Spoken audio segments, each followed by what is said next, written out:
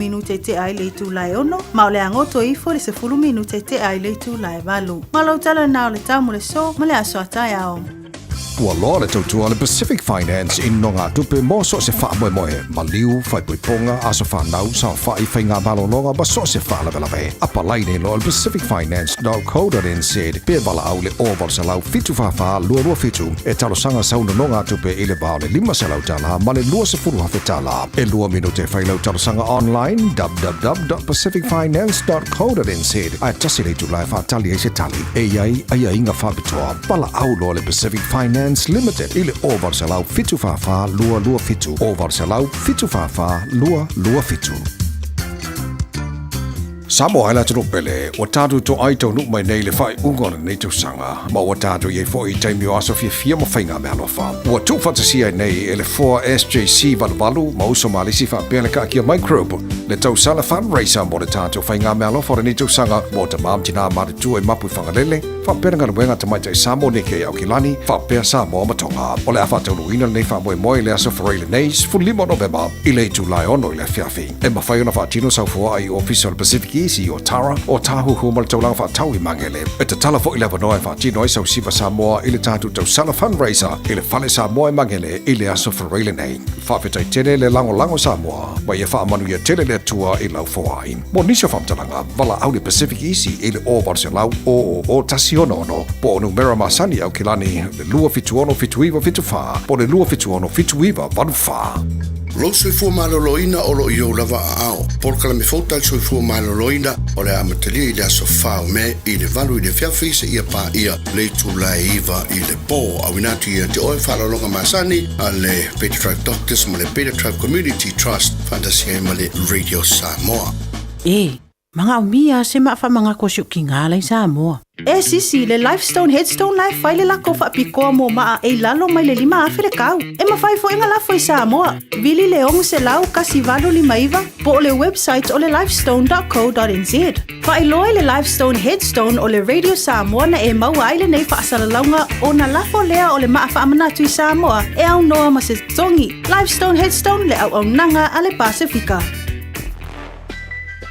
Awa ni emisia whaasala laua tu sa o la Radio Samoa le tamara sanga teto fitu ale malisi Pacific Sevens lua afe lua sumar farm. Mai le balai o le Manuka Rovers I mangele I le aso tona I lua se furu tolo November. Tele au mai Samoa ma le Pasifika o le a waile nei wha moe moe. Ua mawhai ona au inatu ona o le langolango mai a company name. Moana Rentals, The Fono, Chimana Wholesale Orders, Pasifika Family Health Crew. Mana tua le malisi Pacific Sevens o le lua afe lua sumar farm. Aso tona I lua se furu tolo November. I lunga le Facebook ma le YouTube ale Radio Samoa. Malo soifua o le siafufonga Samoa, Radio Samoa, tasilima I vatolu a mo. Se kia Radio Samoa.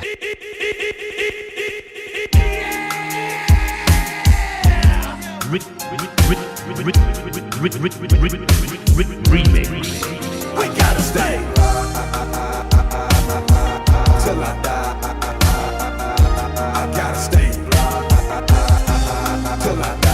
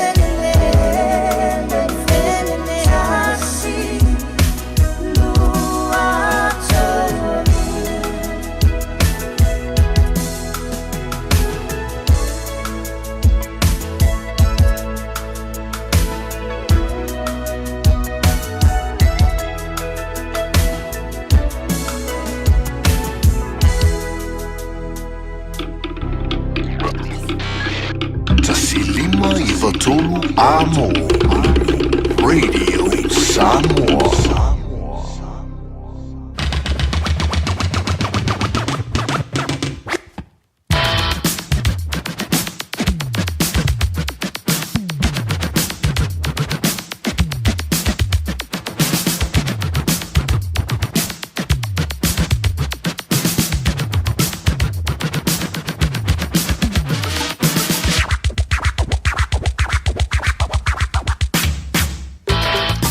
O le wa se antia lo se fulu ma le tasi minuta wa te aina ia le se fulu ma le lua i le ringa woli ma se o le aso tofi le whanta fiti o ngā wenga o le rifo iwa ia solo na lua o le masino November o lona aso se fulu ma le wha le rivi ia le lofo le tua wa tātou whilo i lumono ai le o tua o nuu i lona lofa ma lona ngalelei.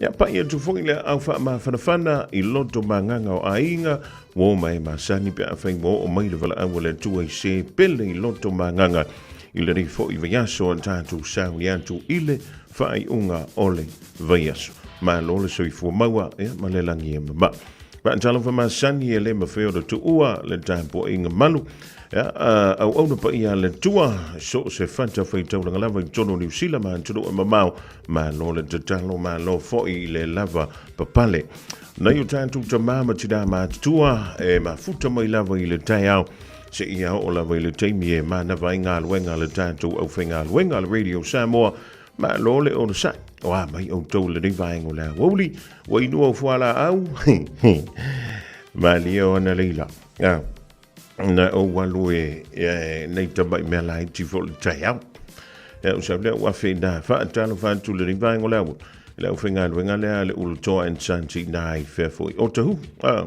e lunga o le fo lingo le awala Messi Road ya nga ya fa ma lo toi o atala na taiao o usauni mala fa tau ke pua amo mo meo pankiki u tau tu le tavali o la wa matale malu taiao stasio tama o tina le ainga o la e faila na telefon yo usala nga lo fa wa fa kulo ya le la fa ya ko le loko e ka se sami pe o ko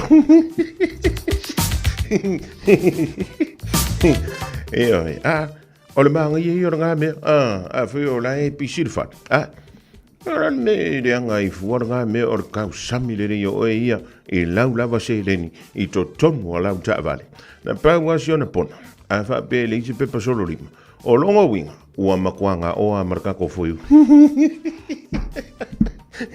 ia ai or me nga rengo fa ko fa ku ia e fa I for ma lu taia ale la ufia korka kolo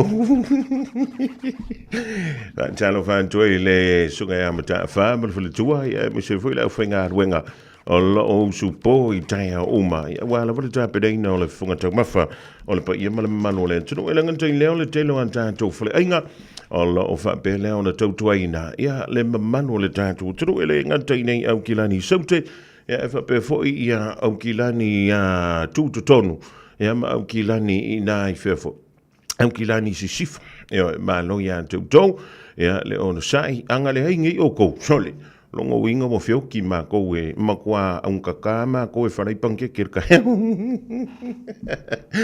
ya le na va jalo fa to I fala inga sa mo umalava le ma futa mai le vai ngola wo ya po nga fa lava nai to ai pa o le menta wa se o le lang fo fonga fia ma le mata anta e fia ile manole tuno e toifu yatu ma toifu yatu masanga fo yatu pea e fa nga ina le tua male au nanga ya elanga tu ile ia to folele awa ko folele ele ia msisi kornga me or ko folele ai avale konguno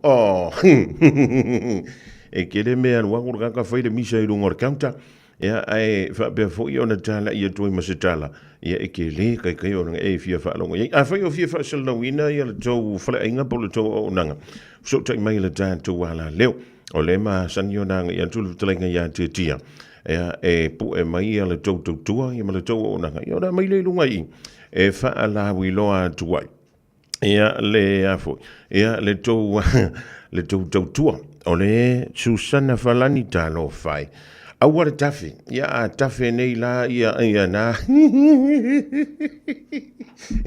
yo awara tafe o le timu yo stop your tafe. Ioi, ona mea maua lewa no ele taira. Wa ele na vaa fo ikau sami mea ngā wikipiki. Mo meo cereal. Oh, maasangi ai. Wha maasangi. O seo kamanga. Ingu ki he parangi. Wha mere parangi. Oh, I'm full. Mere parangi mkua kumuaronga. Ai ingu ki he Samoa. E rei ka anga reiwa e mai. Wa makua mole ano kamanga. Ai pakanga ngi la kuka mai de pona polen tutoi. Whai te inga. Ia a wha peo se whalai kāpisi. Ai pakanga ngi ra kamanga i ra kaya. E umalere ia lea so laki whanonga uwele seki maali ia tantu. Ia ranga isi kako jeans ma le vaenga lea. O le vaenga langa singa mai mea. Alu ma le anto. Tantou. E le ia kaunga uku wha kumua kange. Ia onga e alua ia le lea so anto. Ia wha wantu le tantu wha ntalo wha ma le tantu wha malo le ria muli le malo si o le dup. O lo o fi tai tunga. Ia wale sa ilinga manuia. Le na leina tantu mai Samoa. Samoa e lingi kako rente kokongi. E rengi mau piri e kokongi lewa yaso ma lewa yaso.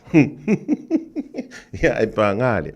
Ia na tu ua o tantu ahinga, tu ua mafutanga mawhana i Samoa. Ia ona ole sa ilinga manuia.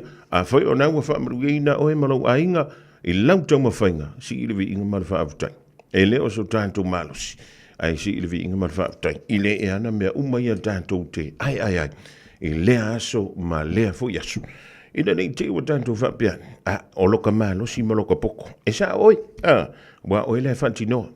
O whea nai tau ala mai. Ioi. E pe ia meo paipa fuilit. Moku ngiri paipa. E ki adua e su ele. Leo whenga adua ngau mai koe ko ngeki ma le paipa. Wa o ngenga moku le paipa ai le koe saura whamrianga. Ia wa koe foi ka kou fuilile ia kukuri kimu. Ia ma amaka ku ile ai singa I sasai pa solo kwa inga si sifo ia ma fa solo kwa ile wa isi pikongo umaorangi antu ta jala vantu I antu o mamau so se antu o lo ma wa me le tau fa wa le ia le radio Samoa tasi lima I watolu mo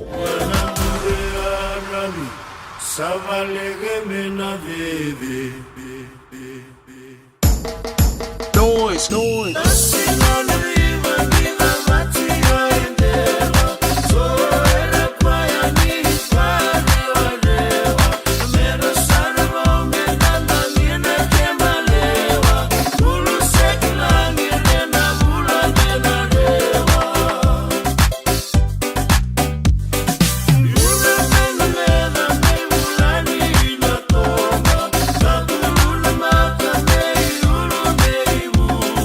Vale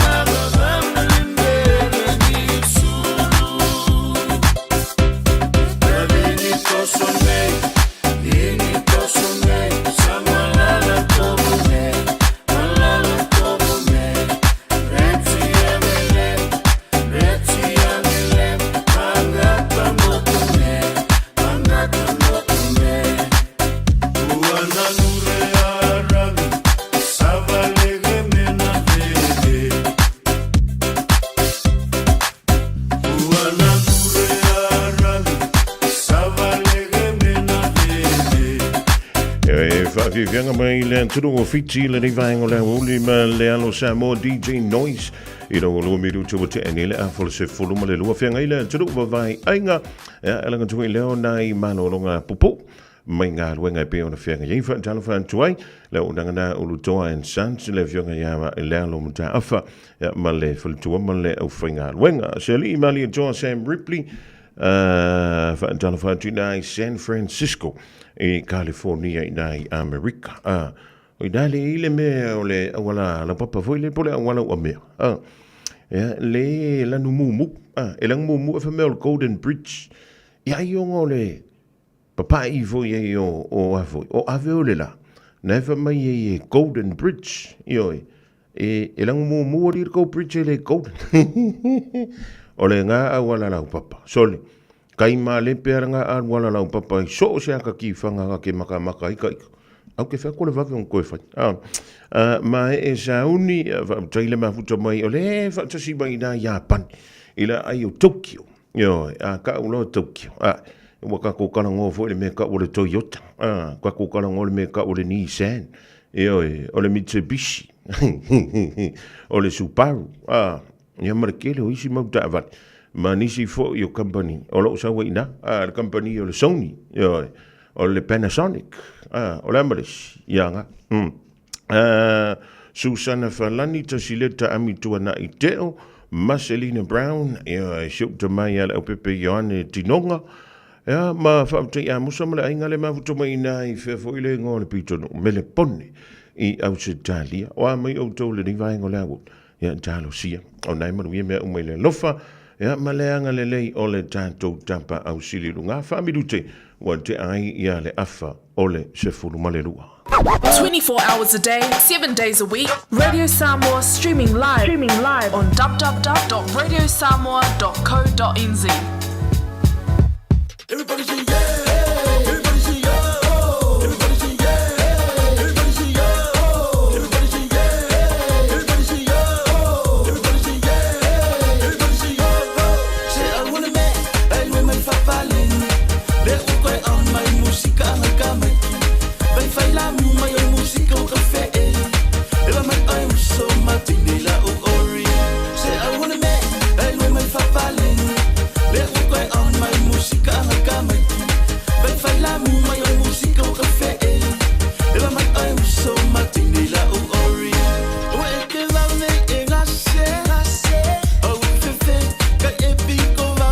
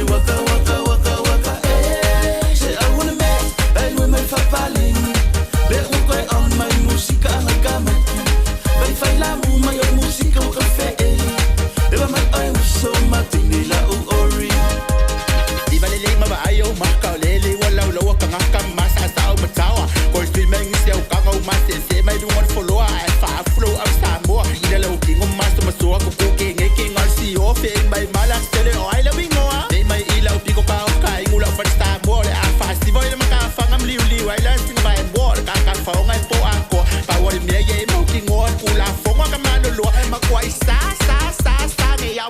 tangoa. Rue mai se waka waka waka waka eh.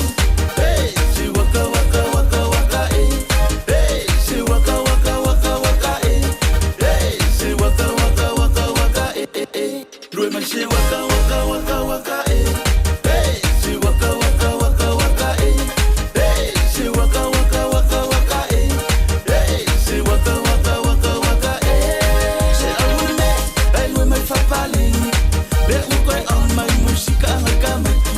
Vai fai la mu mai o musika o cafe eh.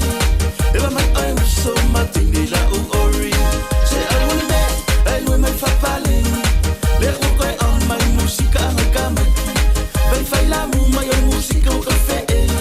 E va mai ai so matini la u ori. Pa whiwhanga o le ni whainga o le wōli mo le whinga i o le tunu ma whinga malolonga mai ngā luenga e peona amatali mai le tau na le la.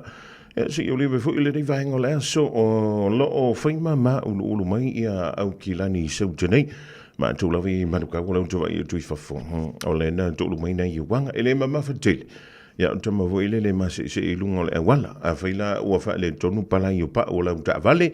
Ia pe ua ewa ai antu i pa o lau ta vale fo ile le toia o se wha se ia i lunga o le sam. Ia o le mana ia lo leo pa o tantu ta vale. O lono wi, o tauna whaisau fofua ngai sui. Ia pa o lau ta vale. Wha talo wha antu i nā i Queen Selani. Ia le stete o lau iele au malo si fo ile le Maroons. Le usau ni mai fo mo le tausanga fo. Ia o halu tantu stawinga. I le state of Origin ma le state o New South Wales. Le uso ia maa pantea i o stasi leo poutu. Ia New South Wales mo le tausanga fo. Ia i le au mai le tono whangwai le au. Ia e le nganta fo i leo wha maa popoina. Ia o le au tāpua. Suli tulu le ma futa mai nai South Carolina i Amerika. Ia wa mai o tole rive tau mo wha longo lewa me wa amatana malu lutanto i nai Amerika. Ia malo le wha malo si malo fo i le on sai Paulo Mikaele. Ia malo ua mo se la moringi ia o uri. Aria, ia wa ingi au whang suskelu a selua. E ke anu ma oe fo ile le whale ngangi pe ma. E ile me mari e no fo i tau o tue ane nei. O le mea mari, i tu tonu o le matanga aluenga o le soifua maa loloina. Whai mai, o lea ua la ai tu tonu, ia po o si tepu i tu tonu. E ale kome sina o le soifua maa loloina o New Zealand. E tau fia, ia le ave e sea lea o le afo. O le ipu ti maa whanawhana fo i lele o le mailo. Ioe, lena tātou whio, ioe, o le mako ngu i sa mua wha koe pai e le mele o le mailo. Ioe, o le mako amaka au ki hao le mewa step ina, ia le komesina ni o le soifua maa loloina. O le whai mai, o step in le komesina o le soifua maa loloina. Ina ia tau fia le lusi, e tangata whainga alwenga o le soifua maa loloina. O le iputi i maa whanawhana, po le iputi vevela na, o le mailo. E le si kipu konga ka o file lusi o ngā ruenga, e si kipu konga ka o file lusi o le mailo. Ia atonu o le mailo o le fisosoani malo si foi le whawawina o ngā ruenga le soifua maa loloina. Ia atonu o se tūlanga nā le wa step ina i le komisina o le soifua maa loloina. Ia ai le step in foi le ka o file, le alu e se o ngā ruenga, ale mata ngā ruenga o le soifua maa loloina. Whaatalo whaantuai. Ia li i matamai ta i tausi mai. E le nganta i leo a li i matamai ta i fō mai. O lo o ngā lulue. I te tonu o le te whantu ora. Ia po o le mata ngā ruenga o le soifua maa loloina. E le nganta i ante o tau a li i matamai ta i fō mai i matausi mai. Ai au te inoa fo. O le to o te lele malu o le tātu uturu. O lo o ngā lulue i te tonu i o. I ngā ruenga ese. E oi. Po le ale te le, po le ale la i titi o le ngā ruenga o lo e ngā lue i tono o le mata ngā ruenga o le soifua maa loloina. A whai o nei tu maula ngā ruenga i le teimine. Wha malo atu ia te uto. A wai, e nei te iau wha pe tātu. Nā o le fō mai ia le tonu yo. Le ei. E iei fo i maisi ngā ruenga. Ngā ruenga e wha ata i tātu. Pe a wha le tonu pona i vi o tātu tino. E oi, ai wha whila ngā ruenga au so i toto. E oi. E se fo le tāu o le ngā ruenga la tuk. Kama fo i le a wha me e kuilo koko whapia. Ka le la wā fo i ari kilo aku le ngila. O te le ilo iantu e postanga ta fo i le fefele melo le nila. O lo fefe i e mea ngau ngila. Ia e ngaka fo ia le maingi. Ia peke mo ingi a fo ile le mkukua kumaria e lo. E le nganta ile fale so toto. Ia a ole te le isi ma ngā luenga la iti. E pia le lo antu iluma. A ole ngā yo ye le system antoa. Ale mata ngā luenga o le soifua malolo. Ina fa malo antu ia antu tau. Ia oi. A fa ile fa malo trisi antu ele ni yeso. Ia. Wala va ke fa malo ki ake oi. I lo whianga i mga luenga. Tiute ma whaiva lo filima. A wapo whea ma whea kako ki anga i. Ele ia mse siu kako ele alua wao o le whanama. I oi. E o uma kako le mai. E pai uma whea kako i fuala au. I se taimi o tanto wolang. Ole masina Sulungi atu ai ita A o wha solo na whauwhaunga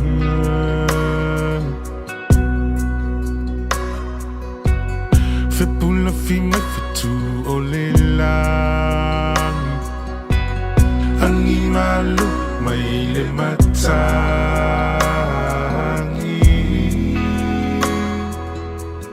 A o utu matangi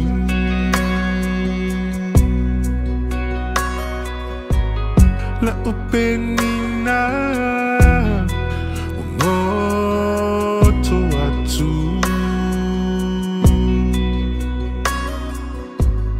La ulupelele Walele matu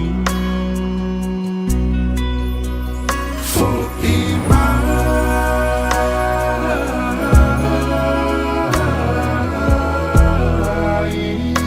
No utama pelena For ima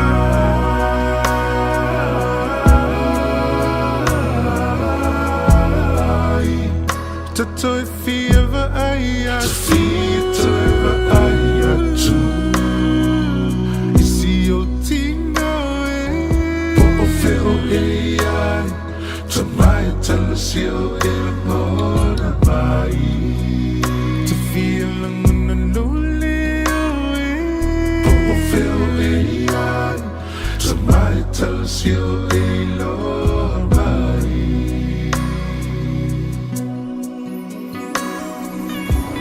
Utimana tua lau masani Pe a umana tua fiafi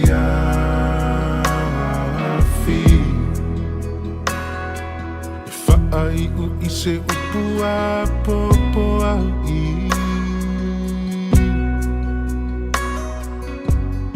Ite fai mai lava e alofa Alufati so sektasi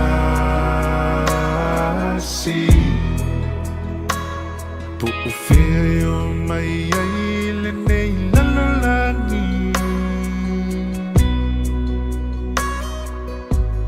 La ufana upeleino La oto fe alufani Yamana tua latina pelena Longa mali umatangi For ima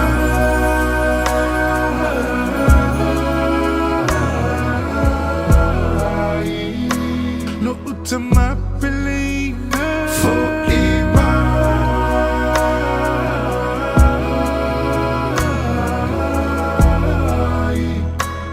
To feel the aya To feel the aya too Isi o tino e Po feo e ai Tamai talasio e la mona mai To feel nguna loli o e Po feo e ai Tamai talasio e la mai To love Haka tulahu Haka mga lumay Tatamana yun na vai Motoy utemuan Niheto no tutautoy Tukilaw ay tama Tukilaw ikikite wakaw itoy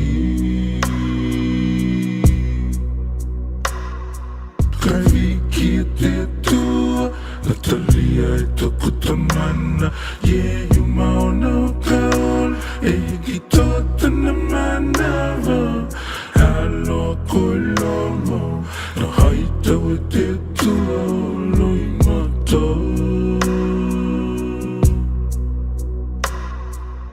e mi alele ko te tamana te nei o langa te hita e hakalanga atu kita ukalanga for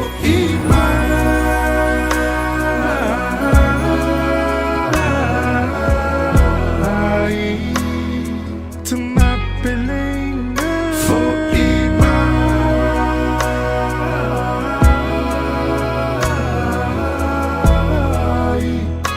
to if you ever I to ever I to see you tino poco feel to my tell you amor mai to me see lonely poco feel to my tell you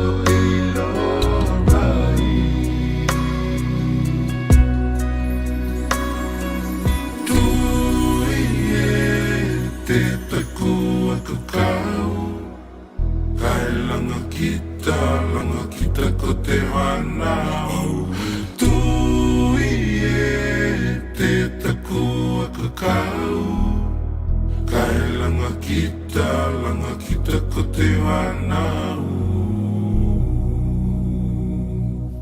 e te alo e hai ngatai Sorry, ma ta uti ale fa tunga fole na mai vania tolo ile dia taimi o le woli o le pese o fa ingo ina fo I mai. Ala sunga ya vania tolo mo le tele no ma futa mai la vai sa mo. Ele temi ve o fa ye ba vai sa mo ma kiri yo mai yang tero. O le tanto te ma futa I New Zealand ma sunga ya vania tolo. Ila utang fa longo tu ila na fa tunga le o lo o fantu. Ya mas motion tu a o fa ilangi le folanga le te mai tolo vai tu pa I swafa ilanga na sa mo e pio fa fomba ye male ngana to ila yo fa tan fa tu le riva ngole awo I nei o tanto tau ai ngai tau ile tu o tokela talo hani ko mai ko tau o manuia lele lava ki matau nei yo e ai he tope yo he ai he tope se fulu minute ona tale o le tula e tasi ta vola tasi on saudi mai le sunga ia se yuli mala le fi mo ta tu tala ya wala vole no puyeri o lo tu pa ia malo o to manu de wa fa tala fa tu tira ya maria le sina davai su manta mua malo le soi fu solomon le si na Brisbane wa yo fuala au mana yo tu kama vo junior wele ma lo le foi le foi ma lo foi le ta fa ma te mana te vanga so se me matin sao tu au ma lo le fa ma lo si le nei as ma tu ma le fa tasi ma le rivango la u le tanto wo e o ila tu le polo kala me wa fa ngo ina le lu cha ya wa la volo tanto wola fa le nga ma ya pastor Rolani Leota.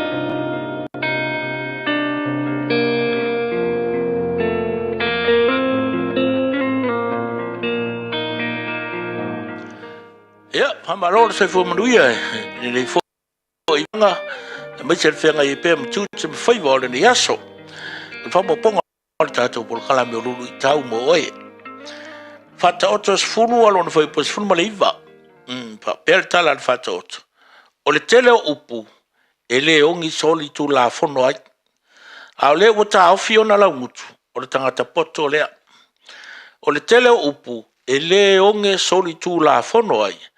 A o le o ta awhi o na la ngutu o le tangata poto lea. The prudent hold their tongues. O le lui tau mo o e matatou i le nei fo i vanga le aso. Kau kao fiofi. Ia kao fiofi le so onga sau. Wala kala le ala whakaoko. Ma kua wha ala whata o tu sinkusi al kamaro o solomonga. O le kaka piko siri nga ka mainga soifua le kako lalolangi. Kaka le o ya solomonga. O ngā langa tatala o na whaile tua. Fo ai mai a te au le loto matala.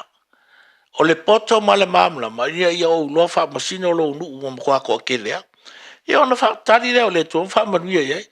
O lana wa ai mai la lea ia i tātou. E pe o se fautuanga le mea lea. Ka ofi mamau le so onga sau. Langa e awha inga ai. I aro kako si so manga. O lo voi le mau o masangega. Kako, tori. E iam te singa i lolo vai. Whakoa mako i loa nge. Ora makoa i e vai ia. Inga ua makala lo fonga. Ai mai ei. I le kalar kakale. Kua le. Ngā lure sika maloa. E le angar whalonga le fōma i karinga. E whailanga whalongo. Nga umalola ia nga whaile ia le me whalongo. Saulola ia. E le ngakala ua le whalongo. Aua nga ngai ko kong.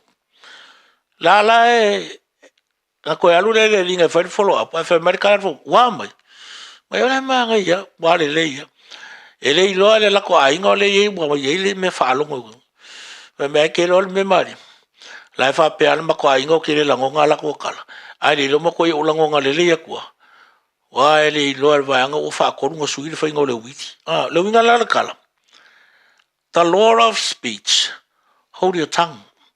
And the law of signs, hold your tongue and listen carefully. Wa penala, o kanga ka poko. E ka ofi mamau lana tautala. Ai e vave, il vave mamakala la fala. E fa pena vola o le ngiaso. O ke vave ka kalia. Ai e whanongo longo ko amal mangi. E ke mo wai le winga o le mele o lo tupu le te. Ea, anga leile li e te oe me maru tau mo e mau i le ne fwoi ngā solonga o le au nanga.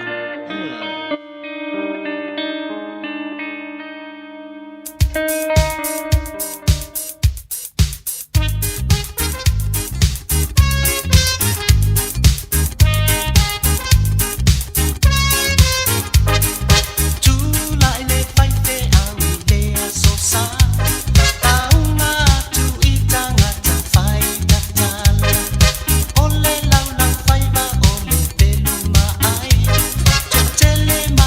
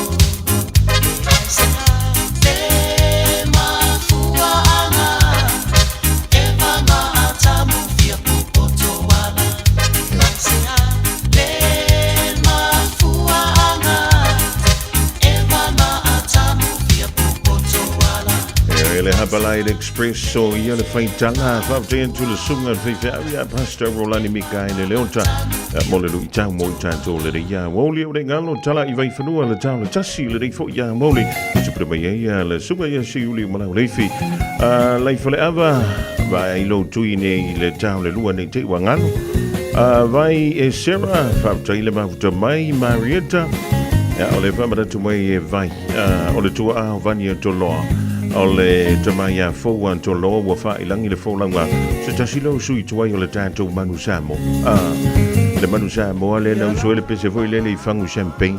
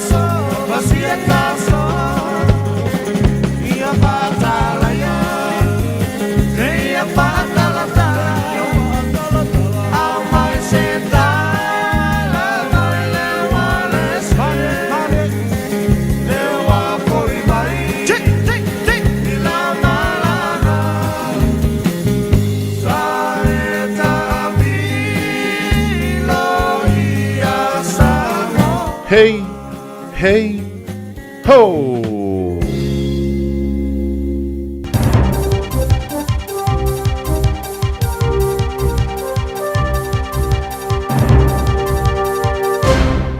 Malo atu fonga mo le sa ia fa tala fa fo li tap poinga le tunu le nei tu la le uli telefon mo lo fa fonga mai tele temu ta pai nei la tu sa fa o tia mai sa wanga ia se winga a no fa le inga ma fa manga longa fa nganu ta pai lo ia le tupu le pa le via ma fa inga malo so fa ta se la fa le tu la fo no to fa o fia le treaty principles bill alonga te mata ma ta ina forani atu pont fa ta auto fa te ia se tu la ngata mo e ai le ta ngo mo le All Blacks a fo mai falu telino nei tala.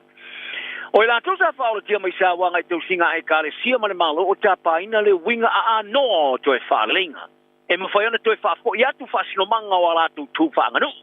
Ile mai ai o fa to senga ro ia le malo ile solua. Ile va le Felix la ulimas fulu male Felix la iva sluiva. O le 4 milione to mai tu planga ai tim tanta ma tu sa waina ina sa wanga o to tele o ila tau sa whaora tio Māori mari Pasifika e au fiai ma ila tau e longo noa ma iei a fianga tu mau. O ila tau whaasino manga nuu sa stae sene foi ina isa wanga. O whai tau afe maafe tangata sa whaora tia ma ona tu ainga de tono le tunu sa mata matam whaango longo ile whaatu e senga le malo ile mai ai o le whai tau se fulumas fulu o tau sanga whaatu tali le fia whalongo o talia le malo ia ne isa wanga maa fianga e pio na a fiai ni au ngā tupulanga tangata. O re fionga por faritua ia mo ia Pulu Francis Tangaloa sa afia ni sa wanga mai ini a mionga matanga man sa wanga o ma fau na faia e se felela ma listi ka koliko ia fitsau fits Pulu ai fito alimo na tu sanga e luas furu te sanga fa te tali mo se fa te senga e a no ale kalesia faria mo ia Pulu o le to teno ila tu sa fa o tia sa finau ine e tali tonu ina ila tu Ele fai tau se fulu mas tau sanga fa tali mori tali ena le malo nei sa wanga. Mani taui, mani toe fa alalinga, o mari liu nei. Ma ia ta wai e fia vai ai la tau sa pai nei sa wanga e kale sia mani malo, o atu e tapa ina se fa manga longa, e to wala tu i se i fonga. Le wala fa nganu, mo le toe fa alalinga. Tanga maoni ma le pa speaker ta ma furi ele numero tangata sa fa olatia, mai nei sa wanga. Sa whātonuina le tamata i ministawa kina e lautere Louis Upston ia sui alo na ofisa e tau fia le toi lo mi aina te vai aso numero 4 i eitanga te maua tupo benefiti a whapeo no so maulunga le numero tinga te mau benefiti ise whātula ngana pito maulunga o iai sa tua iai ale pātia le leipa i ale whātununga o se whaupiuku ai sa whāria Upston o le lo mi aina o numero 4 tinga te mau benefiti o leo se mea tau ai o foi numero ni potia te masina man te tolu masina ia por quata o se me leile a pita sili atulea o na leile foi e mfai unga o le ale to lo miina ia nei foi numero pa mo wina ile mai ai foi numero sa fa lo telina ile solus frulimo le masina o vai o topa ta singia le leile to ni sila i te fa mari nonga ai sa fa lia ju so o por matanga luenga watina e tele o le foi na absence i al tali o le au foi na lea absence i le parlemento i al tali i astona na fa tonu ina e tu ina pisili ino no ofisa ma ila tu e teliaina tala no ai la le temo fisili matali le parlemento ila sona nafi sa longo i absent i fai pule fa mo mo tai vai aso e ma ale ma ele o tau to luina le ma fa matalanga fa sengana e pe ona tilivaina i masina te tasi ma le tai kwata o le manofono for suso u por le po i mata u po atina ela telecamel se ploni sa tu sa ai i lungo ma fa sino i po numero tanga tele ni nga luenga o maulunga tu nei lo le taimi o le pipi Sirkoviti. Ma vesilingi ai pe ai sia le ministau o mana tu ai. Ila taimi ne e tau fia li poti masani tai vai aso. Ai sa tali Upston o lana tilo iai. O li poti tai masina mal tai kwata. E o foi nei wha mau nga anoa. Ile li poti muni mo le vai aso e muta ili aso lusu nuli mo o ke topa. Sa li poti ai se numero pito maulungo tanga te wha moe penfiti au tu. Wo o iai. I le tau se lau iwa spuru luafe lua se lau sputasi. O le lua se lau mana whaafe wha a tau se lau o se pulu o le numera e maua benefiti su e ngā ruenga.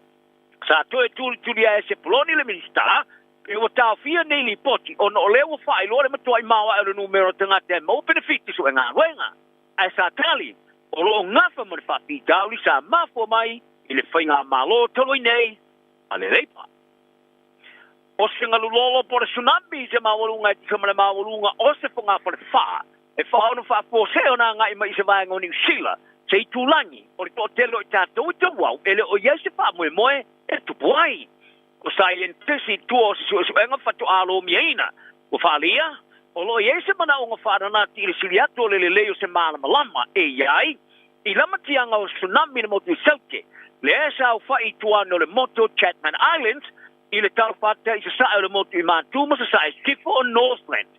Sa lato ulipo ti ai. I le whaatulanga ana o le tai lua a whelima se lau teusanga. O le tero le talafata i sauti o le i tulangi o lo sao whai. I se tulanga la matia o le awhia i tsunami le maulunga e 2 mita i le 2 mita le maulunga. Mangalu e 4 mita i le 2 mita le maulunga e whawhati i le tai 5 se lau teusanga. Ma lama ti ai te ngato whamautu i no whanga i ai in Mikako, Bluff, ma Riverton. Pata si ai ma wala au tu fera wa inga pe wafu le motu i saute mamalai valele. O se tama te ulu o le suenga Dr. Caroline Ocheston o le University of Otago sai falia. O le teno le whamatau sau mai le sone o le pesca, subduction zone. Le tua oio le avava papa e faitau se lau kilomita le umi o le vasa i saute. O tilo iai o ni sone o papa fauto e la titi i le lorangi. Ma se tae tele o iai, e whaono o wina mai se tūlanga ma tau ki o le maulunga o le sami, ma se sawa, e peo nei a whaadi ai. A whaatusa tatu i le se fulu whai tūla o la pteinga e whaono maua mai in Mikako mai se tsunami, e mafua mai se mafu e luluri tala whata i se sifo Peru. O le taimi whaatulanga ina mo se la pteinga e matua i pōpōlama mo se tsunami, mai lea sone o le avava o le papa o Puska. Whaalia Professor Ocheston, i ina me kako, pe nao le lua lava i tulai, wha matu inai, se la puta inga. O sui olo i o le tupu i New Zealand po King's Council, o risi o ni lo i a pito sini ai to mai tō la pono. Wala tō tapa ina le tō la pono tau whaawhia ma tau whaasil silo te ngai ngale waitangi le Treaty Principles Bill e la whai. E sili ma le fast food lo i e pe ona i lo ai o KCs, o tusia tu le parmi o New Zealand ma le lo i sili. E fola sia ia le loto la tua tulunga winga singo le tu la pono to whaawhi. Mata o tele, e e ona afianga i whiu inga, fa mai. Wala tu fari ai o le tu la pono to whaawhi o tilo, e to e tustu sia ia whenga inga rawaia. Mala tu tapa ia le pare, mia mara whainga mano so whakasi. E whaia se ngai o inga te tauri te minei, mala fua i le tu la pono. O le tu la pono, lo whaia ron whaitaunga mua mua le pare meni le so. E bena lima taita ina i te te le tunu a wao, e au fiai male hi koi e maori, leo lo anga i tunei, i Wellington. Ai sa wharia le te ulo le pātia le actor David C. Moores, ai tu stia le tu la pono to whaofi whapea, o le pongai o le tu la pono, o le ofo ina i leo le mautinoa, ma se manino, o whaalau ilo ina tala noanga i le tunu e winga, i lo lato tūlanga o ia i whiuia inga whapawai. O le tāpanga mo le national e la wha i le lato promiser whai ngā malo so whatasi, ma i le au sio ngā senga mua, e sa whatalinga turi ai. Sa longo ai le pārmia, ko ste palaksi le ato nanafi i lau whairipoti, o lo fufu o la vai amana ia le maria ngā le national, ma le act. Ma i tā wai, e lato te langolongo ina whaitaunga mua, pe lawan sa i whaalia ma i lava le amatanga, a e lato te le langolongo ina, tuatu, o le whaitaunga mua. E talonga le tamatalo la kapima tau tia Farani Anthony DuPont, ua whata o toina e whata iona te moe se tūlanga ese. I le talonga mo le All Blacks il tae o le sa, te Venezuela. O le whaia o ngalangolanga o le All Blacks Scott Hansen ta tele noa ai, lo na wha me melo i le awha le tō vini, ma le tama ua mfuri e tele noa ngali te minei. I lo na wha lia lo na fia tele mata ila na te alo. A remeta ua wele o ilo Hansen, a o tele noa i lau whaili poti. Ina ua maato le ni ngā le All Blacks i Paris i le pō na pō, o DuPont, o le kapiteni fo i le Afarani, ua whata o toina te alo se tūlanga pitu tele, i le au Afarani. A o sauni le whaia o ngā Fabian Kasi e whaailoa se whata inga. E tu sa marelo minga i Afarani a le kwep, o le a filfilia e Kasrei ia tamata alo i te ono i le leine luma, ma tama i te olua i le leine tua i no fōna au whaaleo leo, o le winga. O le a lea o fiai ma se tam whaaleo leo i le ofu numero se fulu mo le te alonga whaitauria, i le Malay Start de France, o te ponsa i te taina whatu fiti, i le sio ngā champini o le kapite to fitu i le Olimpeka i Frani, i le tausanga o babae, ma manu malo le pini auro leo o tue taliu nei au teito sumalilima. E ulava i te mo i le tūlanga awha e wāngi nei, o le atu sao i le ofu numero se fulu, pe a whai ai wha manu alia i Thomas Ramos. O se whaili i poti a Frani sa i a vai atu ponto te mo i le ofu numero se fulu i tolininga, a Frani le vaso nei. O Farani ma All Blacks, o le talonga e whailoa i le aso a taeao. Ai o le temine wangi o le tumafo o le All Blacks, Peter Lakani, o whata o toine mawalan talonga mo te moe ai, i le ofu numero fitu, e sui tūlanga i a Sam Kane, o lo whamanoria. O le ingoa Lakai sa ta ua a o talanoina, whaia o ngalango Scott Hansen, i a le awhianga o le le avano o Kane, ma se avano o ta tia tunei mo se stama, e te moe ai. O le tamara sanga mo rei pura rolangi le kapia tamai tai e ngelani le tau sanga fōko sao ai le mo mia ino pe paulu fale se tūlanga mawai. E se lau wafe pe paulu fale o tāra sanga ina vasu mo tāra sanga, e se lau tōs furu wafe pe paulu fale o mai alama na whate uina moa. E le te whate inga le lumio nei pe paulu fale, e ma fuli lea, e tālonga uma Farani. O e ngelani sa whai ina kua ngā sampina o le tamara sanga le rafa malufu tasi, sa ta alo ai ma Amerika i lumo le fast food lima, pe o tangata mata i le Malaya Stadium of Light, i Sunderland, ai se fulu lima fe tol selau sa mata i le talonga ma Samoa, i le Malaya le Franklin's Garden i Northampton, ma Australia le Malaya le Brighton and Hove Albion Stadium, i lumo le tosma le wafe o tangata mata. O le tamau le tamafusu fiti lau panga o le featherweight ia Ubaid Hader. O le aia sui na nei le tino whai perenga ma companies a whalau te rina fusuanga le sai ua nei na whanua i lunola. Sa longo ai G. Anderson le le tori sila Pasifika. O le komisio whai perenga fiti ma le South Pacific Boxing Promotions e fifi ai le whanu whapuse i rolo na trii. O le tau le lusa le mtau sanga sa whai ina le tioti ia Runchi Show o China i le pusu anga mo le pusa IBO Asia Pacific Featherweight i le sulu spurono ke topa ta falelo wasi le sulu o le ne vai aso o giendo o te whaia o ume pusu anga ta i whalia o lo o ia tūwha tia me uma mai ora a ia suina le li whaala tele o whai pelenga Freddie Chand ma suyo pusu anga piti ta i whalia ai o lo nā telisa mai a lu mana i le pusu anga mai sa le te tau o na whatanga i na uru whale i le mai a o heira sa matupungi ai stafo ma le mai no wa i le pusu anga ma au ina tua le whanemai ma whanoi lo na ola tala nal ni aso maua tangta umat fia soi fo ia Baby, Lomani! Hey, hey! Oh!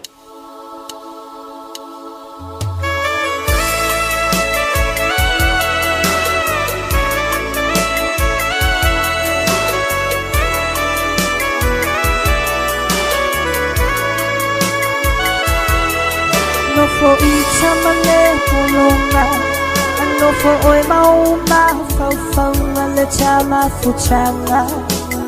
Po o fea sona iunga Inei chala te avea I Le fili ua pei o me matani Fale anga icha Aole nei o tino po tatani Te hiro a I se asa Pa a chaunu o chamanao Tua I mea nei ala mea E fiti lava Ei umine o pea Te hiro a I se asa Pa a chaunu o samanao Tua I mea nei ala mea E fiti lava Ei umine o pea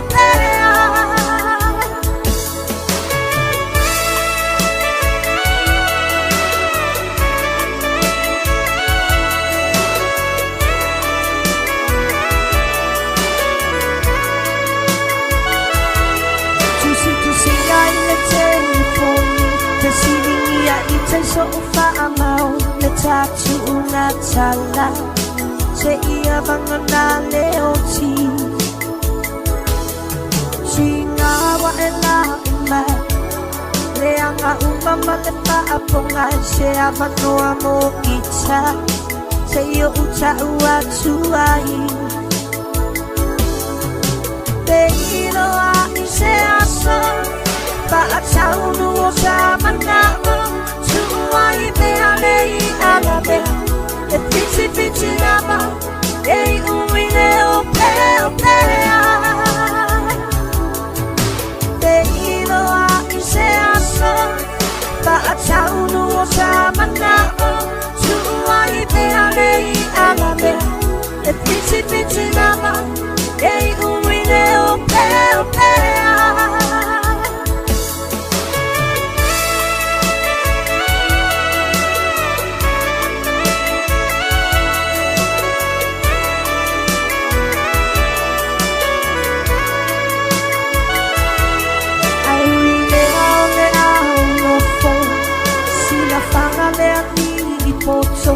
Tonu se aso Sabi ai lo umanao Te siringia mata mutani Tisanga po o lelaki Se ita umai Ya ita uteno fo tatani Te hiro a I se aso Pa a taunu o sa manao Tuai mea nei ala mea E fiti lava Ei umine o pea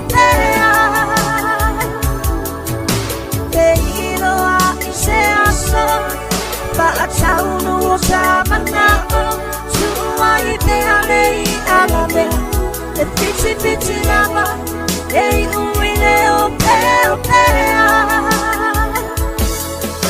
Te hiro a I se asa Pa a taunu o sa manao Tuai mea nei ala mea E fiti lava Ei umine o pea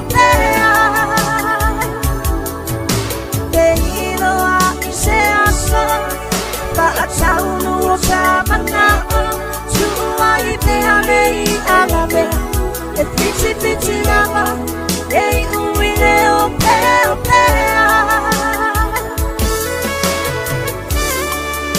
Tasi o whātunga whau mai a mauto tasi a sua o le rivainga o lea wauli o le i ala vea. Eoi, tu uai pea, e ulawa ina ope ope. Sani, i se fo i mawau whonga o le lai kikire. E anu i auskaria. Sang uai ala vea le mea. Sifulu male walang midu tu te enele i tu lai tasi talo sia o le rau e toi tau no male saunga le mou. Ia malele susu i le maulu mai o timunga o le timu. I le nei fo ia wauli o le aso tofi. Te o fo ia pea fo i tu la lau lansole. Te o fo ia ai o le antali matua o le pule po le fine pe lea lea o le pule. O le nai te tafau i le rivainga o le awau. Wa malo antu mo fam tenga tu le sunga ya se uli mo leifi mo anta tu tala e pe o le fa funga ti le ntu i le tu lai tasi le awo le nei o am fe una toi au natu ya leisio na fa mo ponga i le tu lai lua pe anta tu wolia i le nei ya woli o le so tofi fa malo antu e velina tu i maunga tina ya sina leo le uso ya le malu pio pio wa ya se me i le loi fo i le ngapi kongu i ke ya i le nei ya woli me le pone i Australia le mau tuma iei le fionga ia teito si manu tui le tu funga me o tau le rivaingo la wauti o le na uafia na la o te elis funma le tasi na ia o tau me le pone ia fa pe fo i tātou i nai sini ma tātou i nai Brisbane o lo o eva mai eise o tamale ia Solomona les o lana fai ele foma ale alu i o i Brisbane o lona winga ia atonu an tātou tele toi mafuta i le nei fo i kirisi masi ai mana i foilea ma le tumu e fo o tātou i nei New Zealand ia o le kau wha mai le sau o le ale mawhanawhana o le mawhanawhana o le ewa na fia sau ai whenka o le i le awanga i e pi e punkia fo i le sau o le mawhanawhana ia a wai te so o na nau iai whaima e anta a whai o nei istanga to nei whaati ngā i anta o le nei aso na tu ai la loa o me whaingal wenga nei whaona inga e lola i e tu whafol timu ai tu antu ai whafol timu voi lele te whaonga tu poi a weke whakimungi ke wa e ma alo ngofo voi lele i or ko poku ai ia po le ko tea room ma e ma fau po ania fo ngai ona whai le whai ngol nive yesu e keilo ke ngofo inga e koe sam koe seki fo wai te so na mafau i ni te ufa le tonu e malo mafau ia mai a whaina tu ele tu la fono malo antu ia lumana i au sange pepe UB36 ia o le si fo i lea tātou pa anga o le mafuto mai nai San Francisco malo tu to tasi mai wai pahu Hawaii mo te ale lua mo i ngā lai vave o ko vave o ko le kai ai pi haino ko i leas Whaneri popole i mala ainga le mafuto mai nai Flatbush. I le rivaingo lao, ia malo le soi fumaruia, malelangi e ma. O le wha mai le tala. O le masina nei o ke topa. Napa uai i le o tesi ma le iwa pasene. Ia le tau o tau mawhai to tonu o New Zealand. Soli. O ke nei lo po whenga whai e le pa ure. Tawhia i loa po ngā whenga whai e ngi pa u makua maka u kia ngi pa u. Whamai.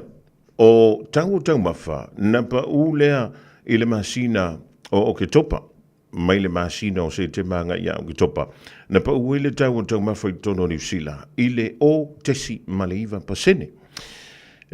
O le CTI i tausanga te tasi, o le tau o loa, ia po o tau mawha o loo whangaina i tātou tono New Zealand. E CTI le tasi malelua pasene, i to tonu o le se fulu lua masina, e o mai le masina o ke topa le futo ama vai today. Ea sa wha pia leo na wha po ui nai le tau o fuala au whaisua ma fuala au tau mawhamata. I le masina e pi o le fuantu le tausanga i ona tu antu. Ia o le mena le sa pa u le tau. O te mana tua i nisi o teng. O le kukama fo i le fia i tātuk me ka o le Telegraph Cucumber. O le kamanga a le limaka la pea o le winter. E o ai lunga le ono tala. Ai a ongele sama. E la po ar kukama. Ai pa ulo nta. Ai a o le winter. So le ua mi mingi le kukama. Ai aru i lunga ka. Ka fia i loa fo le au vaenga e ko ar kukama. po le ale mea le ngami mingi le kōkama pēa o le manunu. Ai alu ilunga le tau. Maka ukia fwere koe ngā o loa wha pēa. E wha maumau. O lo o tau ua mai e le masina o se temanga ia o ke topa. Ea o fuala au tau mawhamata, ma fuala au whaisua. O loa ia, le na pa uia o lātou tau. Sa pa uane le fitu tesi ma le lua paseng. E pe a fua atu le i le tau o loa ia, i le tausanga na se i mawai atu nei. Ea, kālosia. Kālosia i se mo, ma lefa me o tamato ko kama capsicum, o apu ma mori. Ia antoa ai foi ma fai. O le nālu i lunga. Ia lantou wā tau. Ia. O te leilo i anto e pete fie me i o fuala awa a whangika konga. E sea lava e wa ai se laulau. O laulau mai ai iangi me kau o se sa laki. E fia tantou fo i lele i le mamoe. I le fasi pua. I le ulu pua. I le menta o le tapu vai. I le menta o le fasi povi masima. A whaia ko le mole mole sala ki mai si ai kai au e mangi e voi si ai le vers fo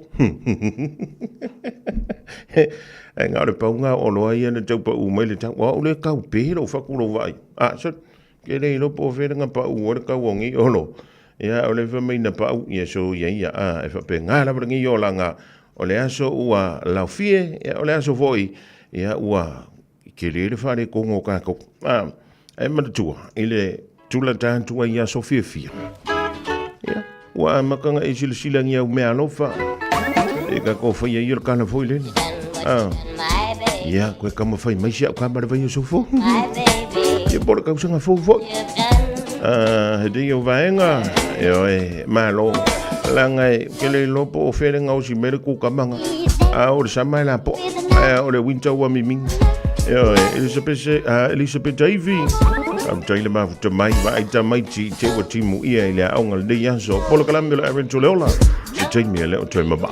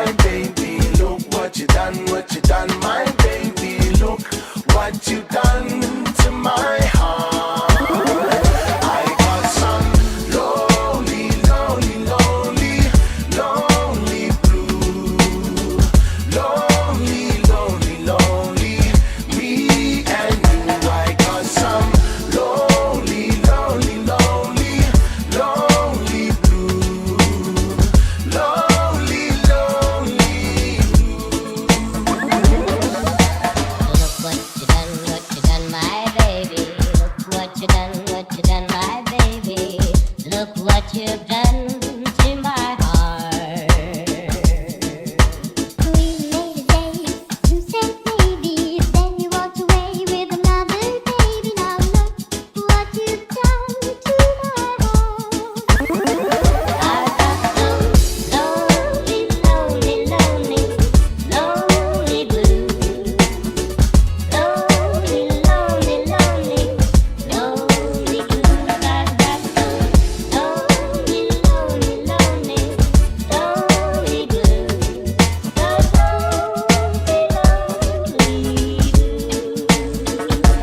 So lonely,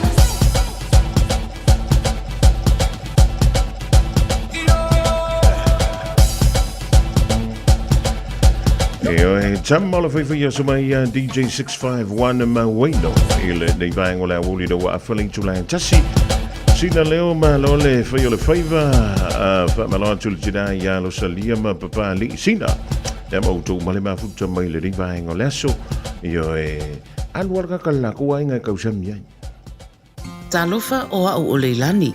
Mātou tena nofo whaatasi malau to o lua, le mawha nau mana i o mātua. O te pala au i le Healthline pe a whaia langona le tino mai, e se tasi o i mātou. E le ai se totongi o le nei au o nanga, mai ma whai ona o tala no e se tau sima i mō fautuanga, tau soifua malonoina, ma wha matalanga i mea te tau ona whai. O te pala au iai e le tinga ina seisi o i mātou. E awa noi te mi uma, lua sul whai tu lao le aso, mo aso umo le vai aso. E maua fo i le fesoasoani mo se whaamatala upu, pe a whai o e fia tala noa i lau lawanga ngana, e lea i fo i se tutongi, pala au loa le Healthline, i le o walu se lau, ono tasi tasi ono. Awa ni MBC Fasala Lawa tu sa on Radio Sabwa le tamor sanga teto fitu al Balisi Pacific Sevens lua fe lo sumar farm Wale balai ole Manuka Rovers imangele ile asotona i lua se fulu tolo November tele au mai Sabwa male Pacifica ole a waile nei fa moi ua mafai ona au inatu ona ole langolongo mai company name Moana Rentals The Fono Chi Mana Wholesale Orders Pacifica Family Health Group Mana tu ole Malisi Pacific Sevens ole lua fe lo sumar farm asotona i lua se fulu tolo November i lunga le Facebook mana YouTube ale Radio Samoa. Lo soifua maloloina o lo iou lava ao. Porkala me fauta soifua maloloina o le amatalia i le aso fao me i le valu i le fiafisa ia pa ia le tulai iwa i le po awinatu ia te oe whalalonga masani a le Pediatric Doctors ma le Pediatric Community Trust fantasia ma le Radio Samoa. Radio Samoa. Taslima iwa tolu. Amo. Bread of life sent down from glory. Many things you were on earth, a holy king, a carpenter, but you are the living word. Say it now. Come on.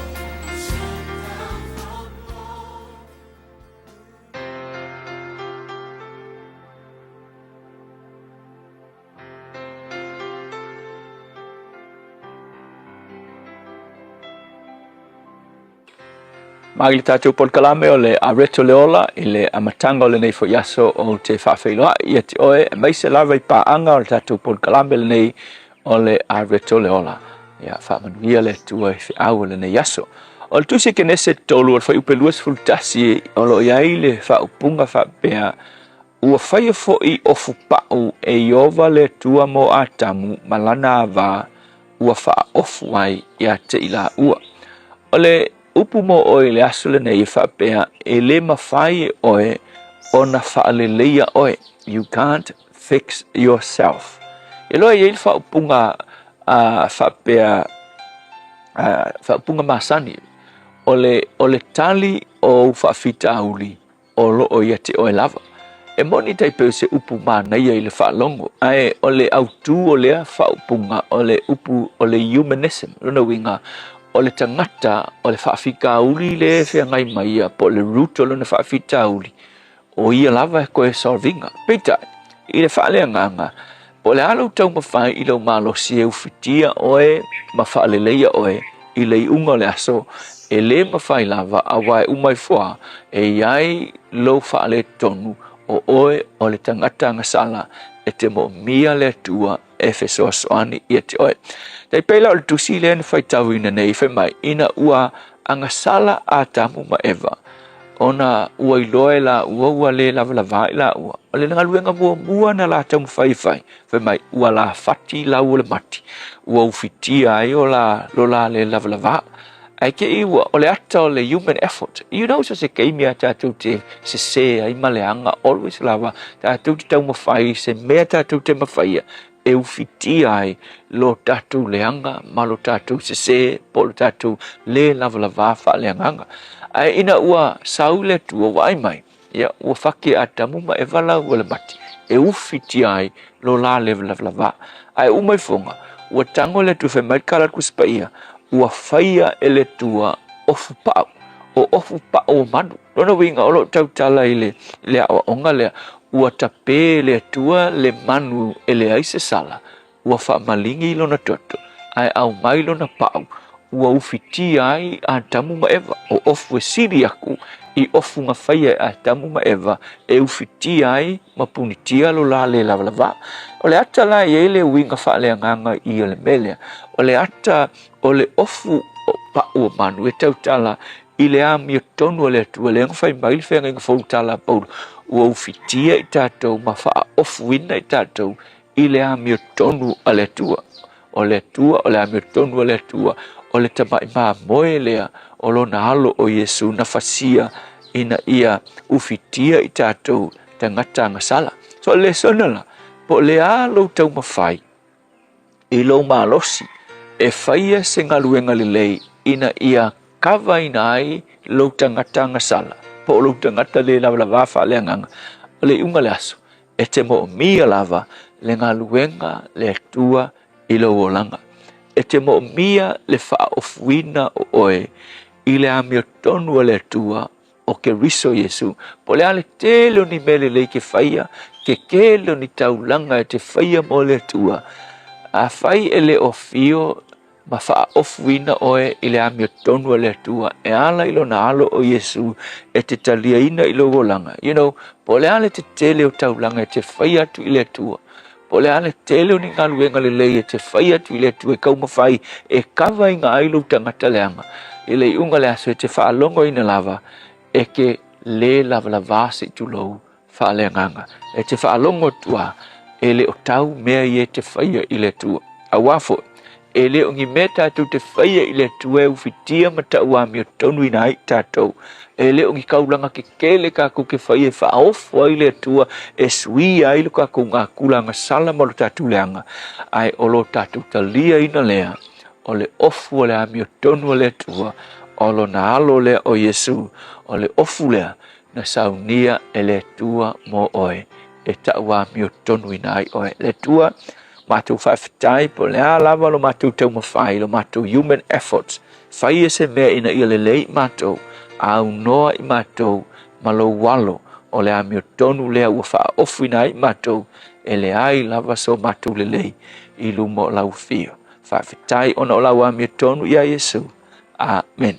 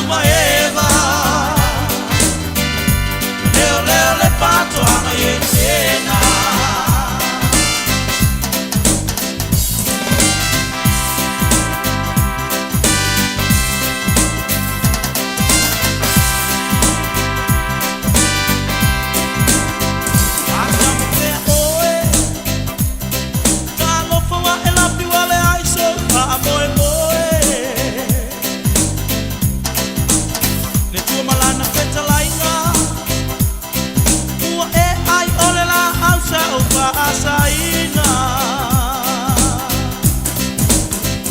Atamu maeva Leo leo le pato anga yetena Atamu maeva Leo leo le pato anga yetena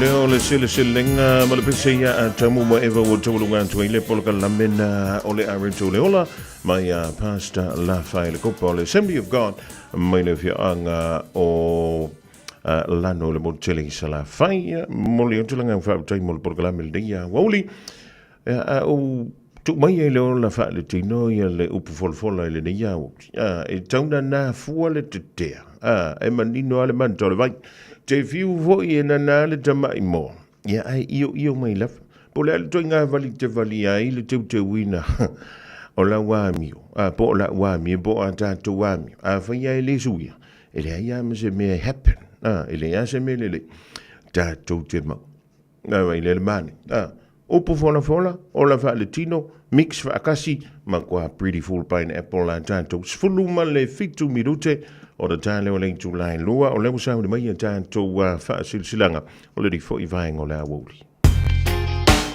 Radio Samoa Tasili mai batolu Amo Radio Samoa Tasili mai batolu Amo Talavan chui soya pasta Carl Yoka Skelton le mafuta mai nai City House Italia malo so le galue malo foi ia le tawa dai sio anga I malo e be foi mua solo mua man tu ana I weli e mo tu ma le mafuta le dia o so ya da riu ma le fultu ya fordino riu va eu voilà au chio comme fo a wolfian wa yore kimu o le mena le ma ini ele se melele e te ia atingu ala smile mai le palangia oi o fa silsilanga dei wo tonu mai le official radio Samoa ya wala va ya le longa puia li fo lo utopa ia ma lo utoma malu ni si fa mo la fa tonu ina le ile nei va yaso e mi se lava ilona fa ai unga O le tātou whaalinga mua mai le Team No Excuse Zumba.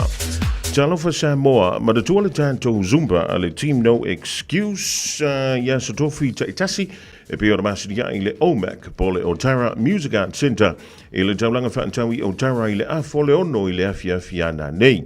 E le isa tongi le rei Zumba sumai tātou fia ma whaamalo stino whaatasi a wā le tātou soifua malo noida e maua le Team No Excuse i le tuatosi o le ono Baselau Alexander Crescent i le pitoro o Tara. Lono winga, a foleono i le fiafiana nei ua uma ona whaile rei au si kai.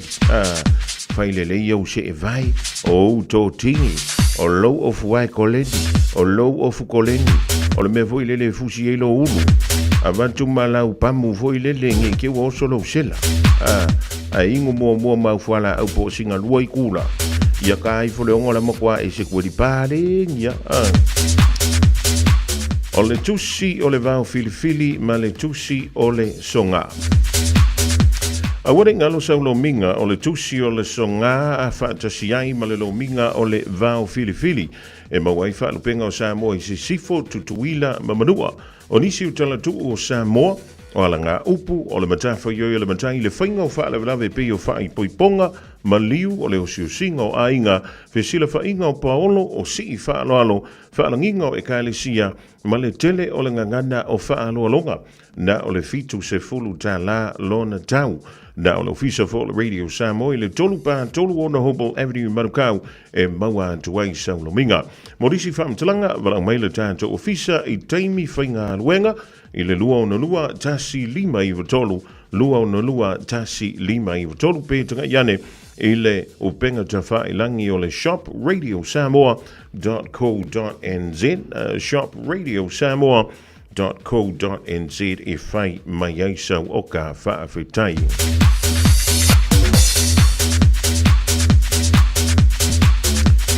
Suli mawheoi o le ainga sa se mua i vaingalu i le pā. I le amatele ma le whaaloalo tawai e talo atuai i lo utopa ia ma le mamalu o le awhaia le fono alo tātou ainga i le aso se fulu ma le ono o November i le reifo i masina lua awhilua wha i le tulai se fulu lua i le awauli i le tuatusi lea o le fitu Lincoln Road i le pitoru o Henderson. Talo sanga antu e mana o mialo tātou awai whatasi ona o se mata ubuta ua e fia tala no yailo tātou ainga whaamole whaafsota i maile numera lea o le olua tasi i wa o lima ono mo nisi whaamtalanga. Olua tasi i wa o lima ono mo nisi whaamtalanga whaafetai o la usainia e se mua momoe ma se mua fatu.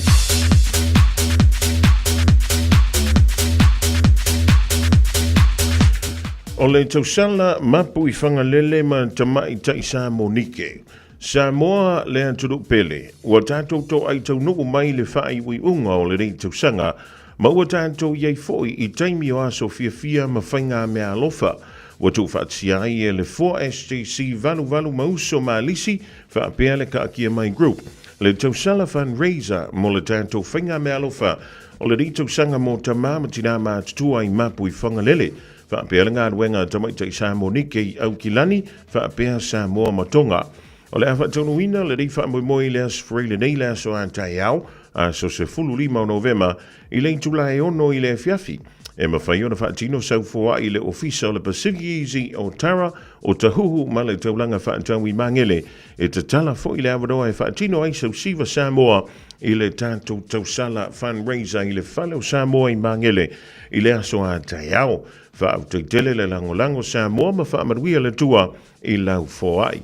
Monisi whaamtalanga wala au le Pacific Easy i le o valu se lau o tasi ono. O valu se lau o tasi ono. Ia po o numera masani au kilani o le lua fitu ono, fitu iwa fitu fa, po le lua fitu ono, fitu iwa valu fa.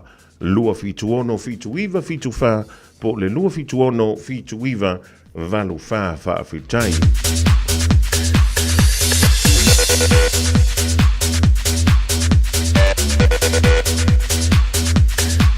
Pacifica Connections, talo falava, Tātou a waifa atasi I whono mo communities, tasi le aso for reile nei le aso a tai au.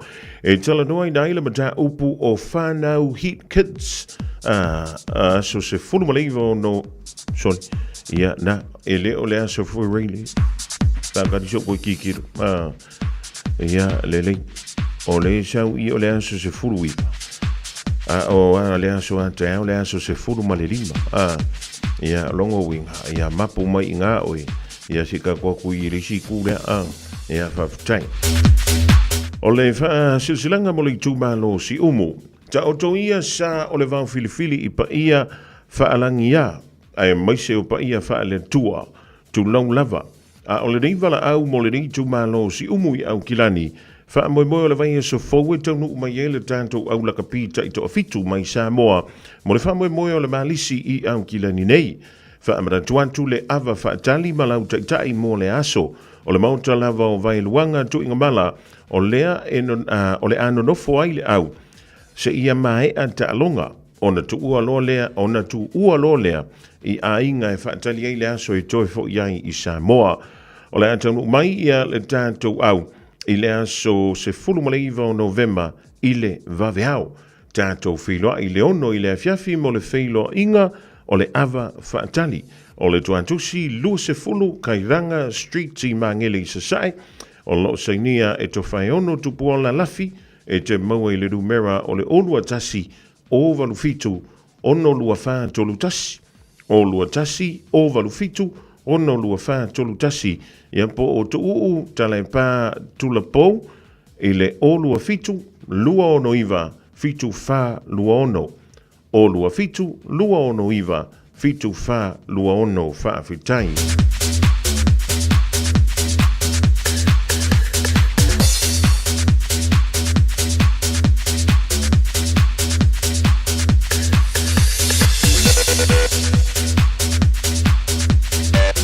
Ma le tātou wha silsilanga mulimuli, o le mafutanga le fioanga o whalea lupo.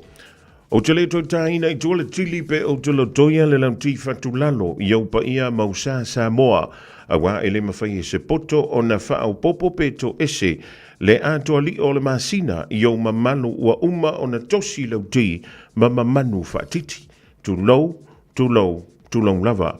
E wha silasila antu I le ava ma le whaano anu tele, I le mafutanga a si o manto a fioanga o whalea lupo. O le pa ia lava lea awa le fio au waa ma le usoa li I maano sina, a fio le maupu o na whanua ma le matua.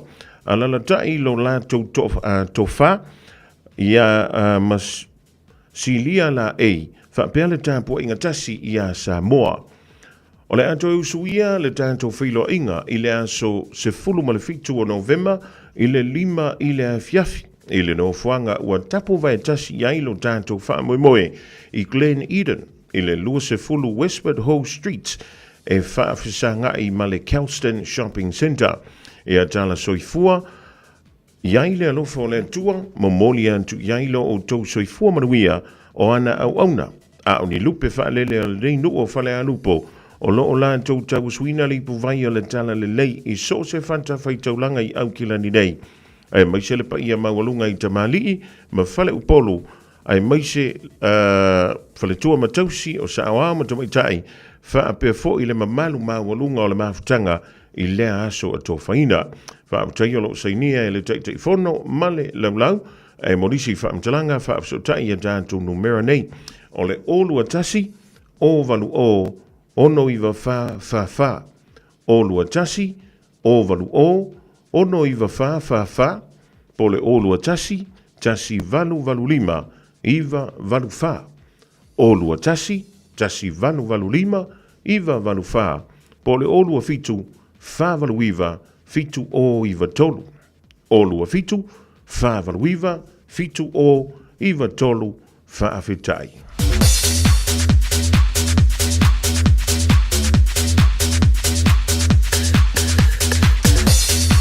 O ni sine o tātou whaasilanga leo tonu mai le rifo I vaeng o le a woli, a wala vale longa pui I o lo tau pa ia, ma lo o tau mamalu. Ina o tau i ono midu tanu tā leo le tula e lua. Tasilima I vatolu amo.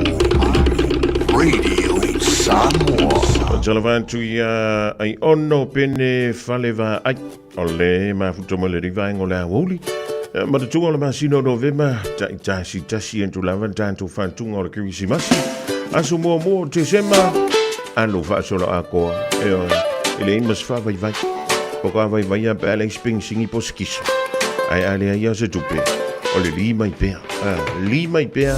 Ma anu male atoa ia. Ai tau whai te lale mo le meo le lima. Ua whai a si levo le aso. O le la ta le lua. Talafoma ia se iuli. I le tau le lua. It's time again for you and me to dance around the Christmas tree. Grab your partner and move around to the beat of the island sound. Sing it S.O.P. Yeah, that's me. Make it clear, make it free. It's Christmas time for you and me and all the family. I say Christmas, Christmas, Christmas in the island. I say Christmas, Christmas, Christmas in the island. I said Christmas, Christmas, Christmas in the island. I said Christmas, Christmas, Christmas in the island. Bells are ringing around the town. Let's have another round. Santa Claus is coming your way, ruder than that or sleigh. Let me hear that sound of drums. Merry Christmas all around. The island is the place to be for you and a family. I said Christmas, Christmas, Christmas in the island. I said Christmas, Christmas, Christmas in the island. I said Christmas, Christmas, Christmas in the island. I said Christmas, Christmas, Christmas in the island. Welcome to the festive season in the island. Another year gone, time for family loving. Let's get together, grab yourself some liquor, and let's party till the morning. Come party people over here, my party people over there. They wanna see you put them digits in the air.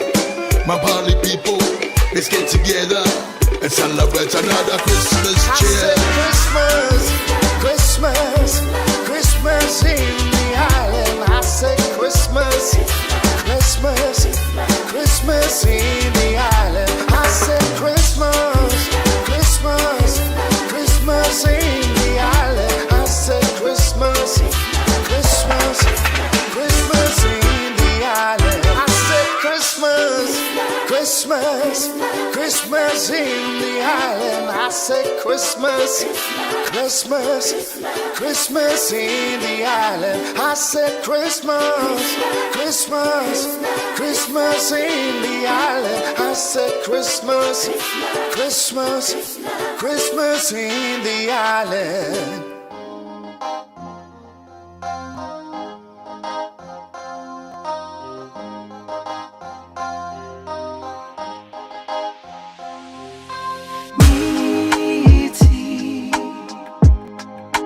Miti o foninga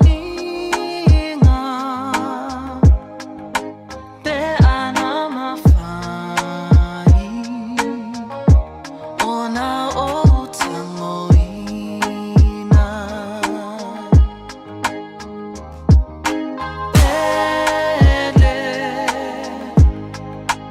Pele ala mai O taita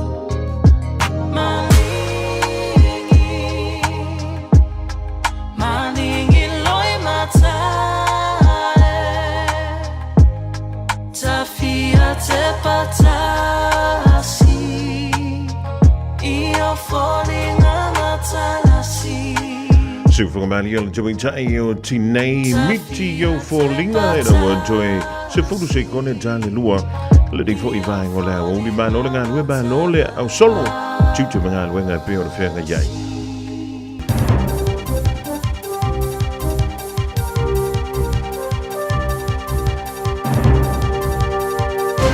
Malo atu fonga le sa ia fa talo fa fo li tap poinga le tunu le nei tula le uli telefon mo lo fa fonga mai tele temua ta pai nei la tu sa fa o tia mai sa wanga ia se winga a no fa le inga ma fa manga longa fa nganu ta pai lo ia le tupu le pa le ia ma fa nga malo so fa ta se la fo le tula fo no to fa o fia le treaty principles bill alonga te mata ma ta ina forani atu pont fa ta auto fa ta ia se tula nga te mo e le tango mo le All Blacks fa mai falu telino ni tala. O ila tosa faulu tia mai sa wanga to singa e kare sia male malo o tapa ina le winga a no to e falinga. E mo fa ona to e fa fo ya tu fa sino manga wala tu fa nganu. Ile mai ayo fa to senga ro ia le malo ila solua. Ile ba le afex la uli mas fulu male afex la iva fluiva. O le 4 milione to mai tu planga la item kan ta man tu sa waina ina sa wanga o to tele o ila tosa faulu tio maori mar pasifika e au fiai ma ila to longo noa ma ia ia fianga tu mau. O ila to fa sino manga nu sa stai se no foi ina sa wanga.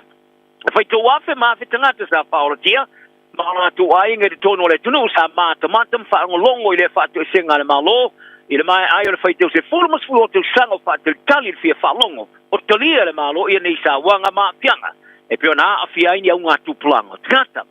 O re fionga por faritua ia mo ia pulu Francis Tangaloa sa afia ni sa wanga mai ini a mionga matanga man sa wanga o ma fau na faia e se felela le malisti el kakoliko ia fe selo pitch pulu ai fito alimo na tu sana e luas fulu te sanga fa te talimo se fa te senga e a no ale kalesia faria mo ia pulu o to telo ila tu sa fa o tia sa finau ine e talitun wina ila to ele fai teu se formas por teu sango fa te tali mori taliena le malo nei sa wanga mani taui mani teu fa alinga o mari liu nei mai ta wai e fia vai ai la tu sa pa nei sa wanga e kale sia mani malo o atu ta pa ina se fa manga longa e to wala tu i se i fonga le wala fa nganu mo le teu fa alinga tu te maori mari pa speaker sa ma furi ele numero tengata sa fa olatia mai nei sa wanga.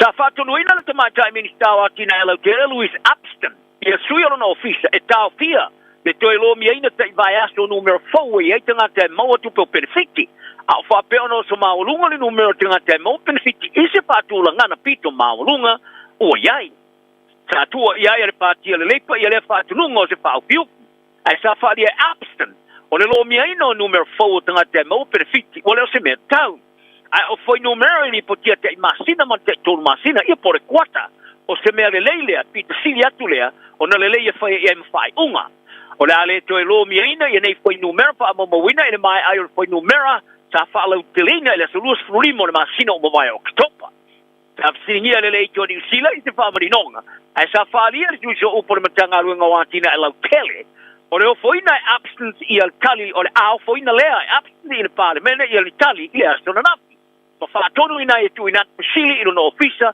ma ila tu e teliena tala no ai la le temo ofisili ma tali le parmene la sona nafi sa longo i absent e fai pule fa mo tai vai aso e ma ale ma ele o tau to luina le ma fa matalanga fa sengana e pe ona tilivaina i masina te kasi ma le tai kwata o le manofono for suso upo le leipa i mata upo atina ela teleka mel se ploni sa tu sa ai i lungo ma fa sino i foi numero tanga tale ni nga luenga o maulunga tu na ilo le taimi o le pipi sirkoviti ma visilingi ai pe ai sia le ministau o mana tuai ilo taimi ne tau fia li poti masani tai vaiaso ai sa tali abstan o lana tilo iai o li poti tai masina mal tai kwata e o foi nai fa mau nga anoa ile li poti muni mo le vaiaso e muta i aso lusu luli mo ke topa Sa ripoti ai se numero pito maulungo tanga te fa mo benefit au tu.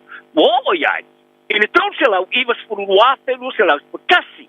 O le lua se lau mar fa a tau se lau o se furu o le numera e mau benefit su e ngā wenga. Sa toe tuli ai se poloni le minista e o tau fia nei li poti o no lewa fa ilo le matua i mawa e le numero tanga te mau benefit su e ngā wenga. Ai sa tali o lo ngafa mo le fa pita li sa mafo mai i le whainga malo tolo i nei a le leipa. O se ngalulolo po le tsunami se mawalunga i tika male mawalunga o se whunga po le wha. E wha ono wha po se o nā ngai mai se vaenga o New Zealand. Se i tūlangi, o le tō telo i tātou i tau au, ele o iei se wha moe moe e tupu ai. O sai en tisi tua o se suenga whatu alo miaina. O wha lia, o lo iei se mana o ngā whanana ti le sili atu o le leo se malama lama e iai. I lama tianga o tsunami na motu i sauke. Le esa o whai tua no le moto Chatman Islands, i le tau whata i se sae o le motu i Mantuma sa sae Skifo o Northland. Sa lato ulipu ti ai. I le whaatula ngana o le tai lua a whelima se lau tausanga. O le tero le tala whata i sauti o le itulangi, o lo sao whai. I se tula ngana matia, o le awhia i tsunami le maulunga e 2 mita i le 2 mita le maulunga. Mangalu e 4 mita i le 2 mita le maulunga, e whawhati i le tai 5 se lau tausanga. Malama ki ai ngā tō whamautu i nō kuanga i ai in Mikako, Bluff, ma Riverton. Whatasi ai ma awala au tū whera ua inga pe o wafu le motu i saute, mamalai vālele. O se tama tai ulu o le suenga Dr. Caroline Ocheston o le University of Otago sai whalia. O le tēnā o le whamatau sau mai le sone o le Pisca, subduction zone. Le tua oi o le avava papa e whaitau se lau kilomita le umi o le vasa i saute.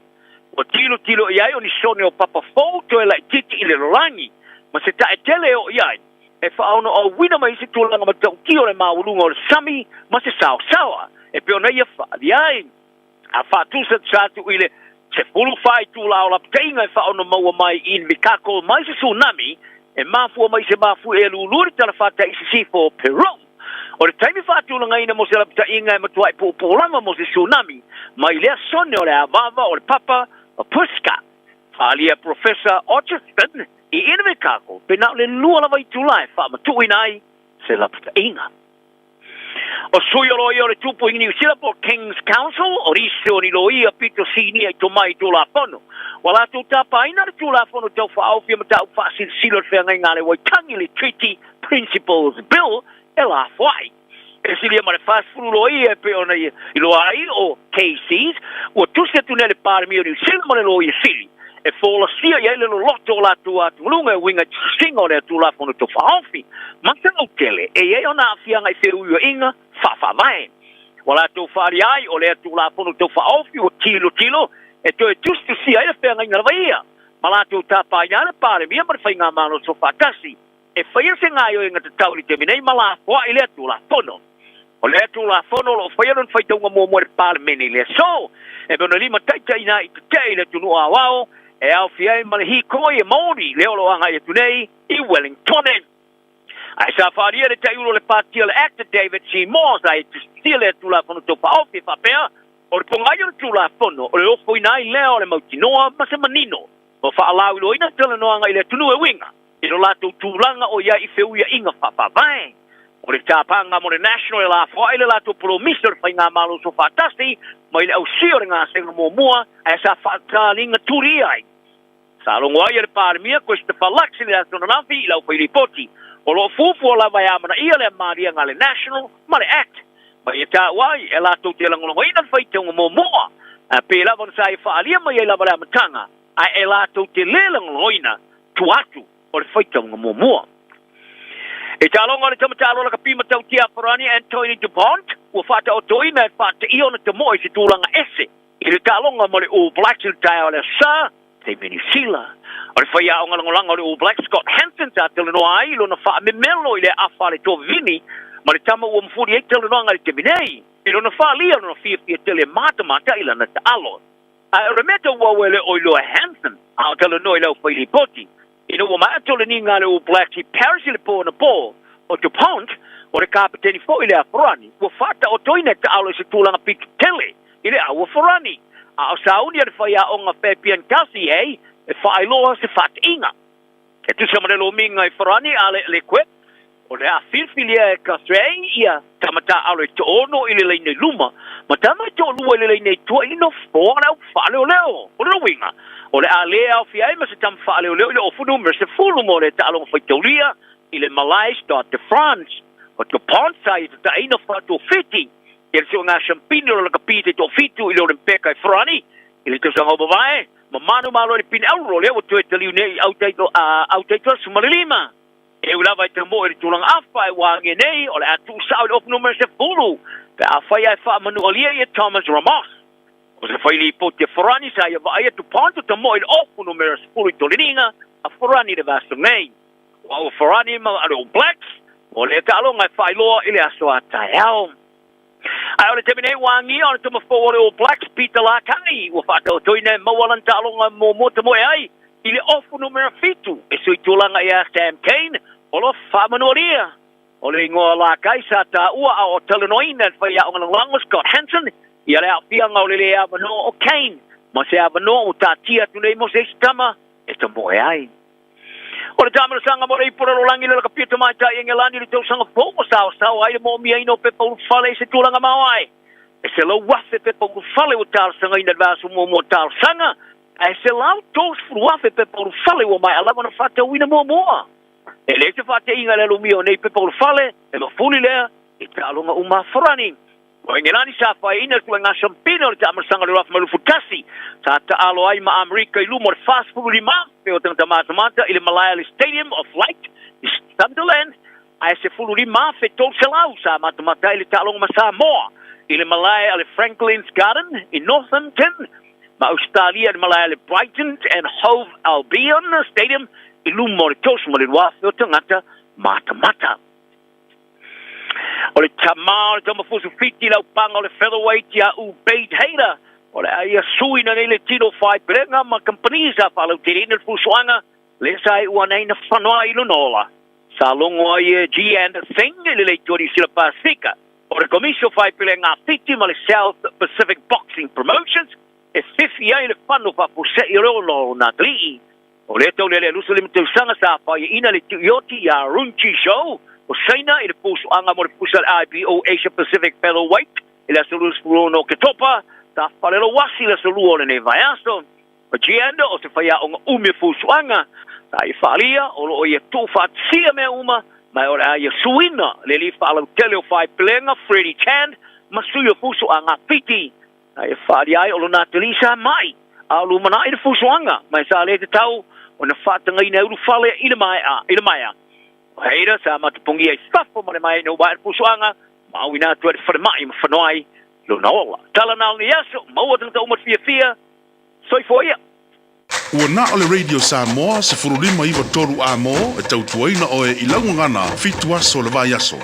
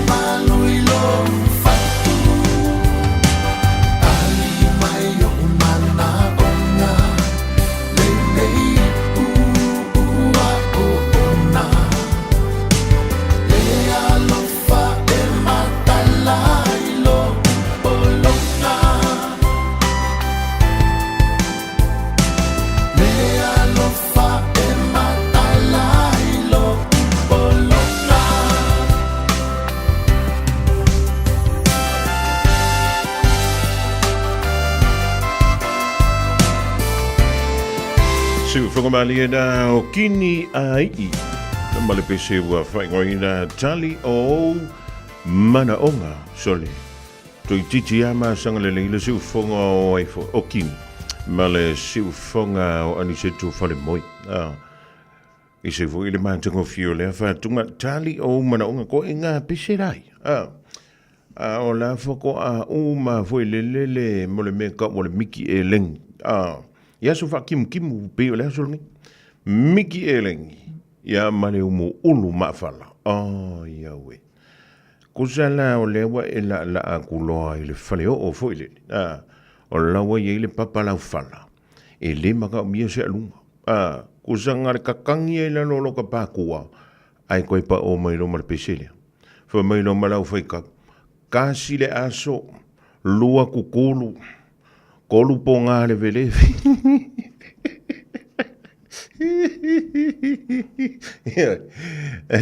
fa ia mo me vo io plastic ia vo e fusia ia pusa ma moelang moanga vo a o la e pi e faki mai vo le ngalu i oile ile matafanga o le wa makanga ko ke i markat ai pa o melan ko nga pesele ke ia review va o mer ko fe sak la makua fa solo le iona ma fo ele o se me vo la ko ia lu vo fat a we ko ia lu fat al we mai ka mai chol o vo inga ma vo fonga lo loko vo penga ngi ele je me la ko mi lo vo la ka va le fat fa wa lo finga malang al we piki mai ta mai tia onga o le wa lo se fulu minuto te ai nei le July lua fa mtengia tu ye se yuli mla le fi mo ta tu tala pe o le fa funga tu yai la te mo le siona fa ponga ile July tasi ile a waulia ta yau ile te mai fa mri yanga le te vai tu o le fa mai e fa mri anju le se fulu tasi tu sanga o le grandson ya Cullen Rima Sangote e fa rani bonjour yanga Zava, Sava? Ie, o ke mangkua il falawa malo fo ile le ka ko i fala. Ya e ka o le baguette. O le fa tau fo i de New Zealand. Ale le yo ka o lo po o ka ngifo. O le ka ngifo fo wa nga i falawa nga. Ai fa ma duia ntoila so fa now o le grandson ya Cullen Rima Sangote i Ferrani.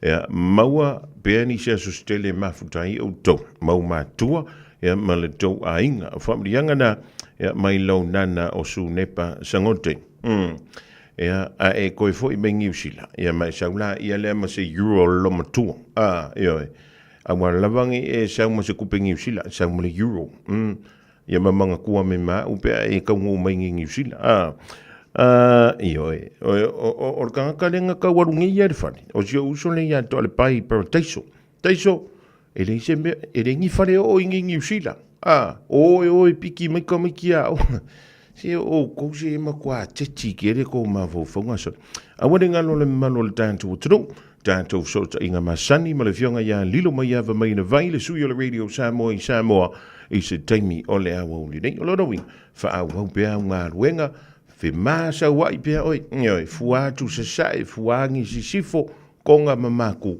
pa wa mengi ke wa ma peva no wa ia pe oso fo i ovai ole i bi ka fu savidi vili melodi vai ngo Ia, ole meri I oko. Nga whai aku au singa kala vai le oso mai o.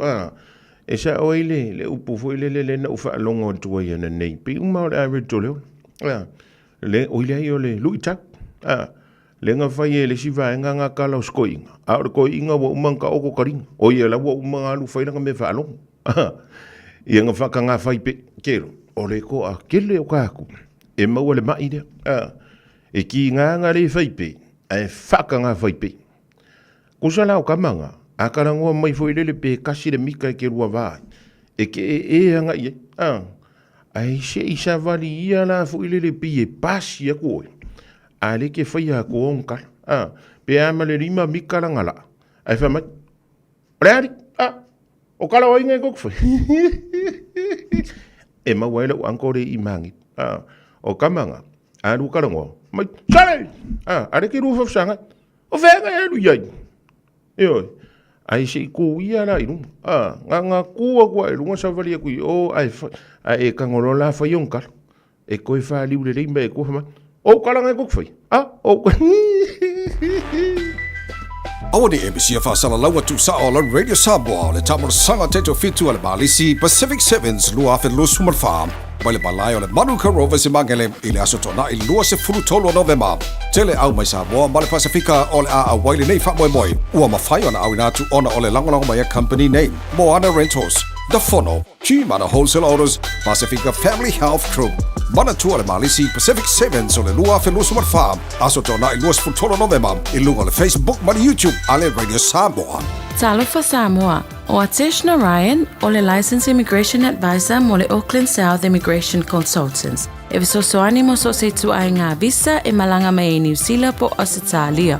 Telefoni mai nei loa I le o valu o tasi o no valu wha fitulua. Po le olua tasi o no valu fitulua tolu o. Whaonga le tautua le Pacific Easy le masina atoa November. Ma mawailoa wanoe te manu malo ai whailonga tupe e fast food tana au saunia mo ana paanga. E luas food whailonga mo Samoa, luas food foi whailonga mo tātou I New Zealand nei. E se ina whailonga se fulu asto nai o vai aso te tasi. Mana tua lo whaua pēr tātou whabitoa nao le lima tala pēr whaonga ina le Pacific Easy mobile app. E whaatino ai au tupe whamomoli mai lau telefoni whebe ai. O lo awano foi le tātou direct transfer. E ti posi mai ai lau tupe le tātou account ma whaamalia ina fasili I lunga o le telefoni. Ma whaatino ai le la whaina o lau tupe ai ngā whabitoa. Mo le tutongi ina o pili o le vai mo li maisi au nanga I Samoa. O lo ma whaina whaatino o le tātou au nanga o le Easy Pay. Asiasi mai loi tātou ofisa I o Tara o Tāhuhu ma le taulanga whaatau I Mangele. Pe walau mai le telefoni o Barsalau o tasi ono mo se la e lata hatu I ante oe. Pe whaonga le tātou app po le direct transfer. E whaasawa I lo taimi a mese wa taunga tāwhoi le pensini. Pacific Easy o la paanga mo tupe whaamo moli Samoa.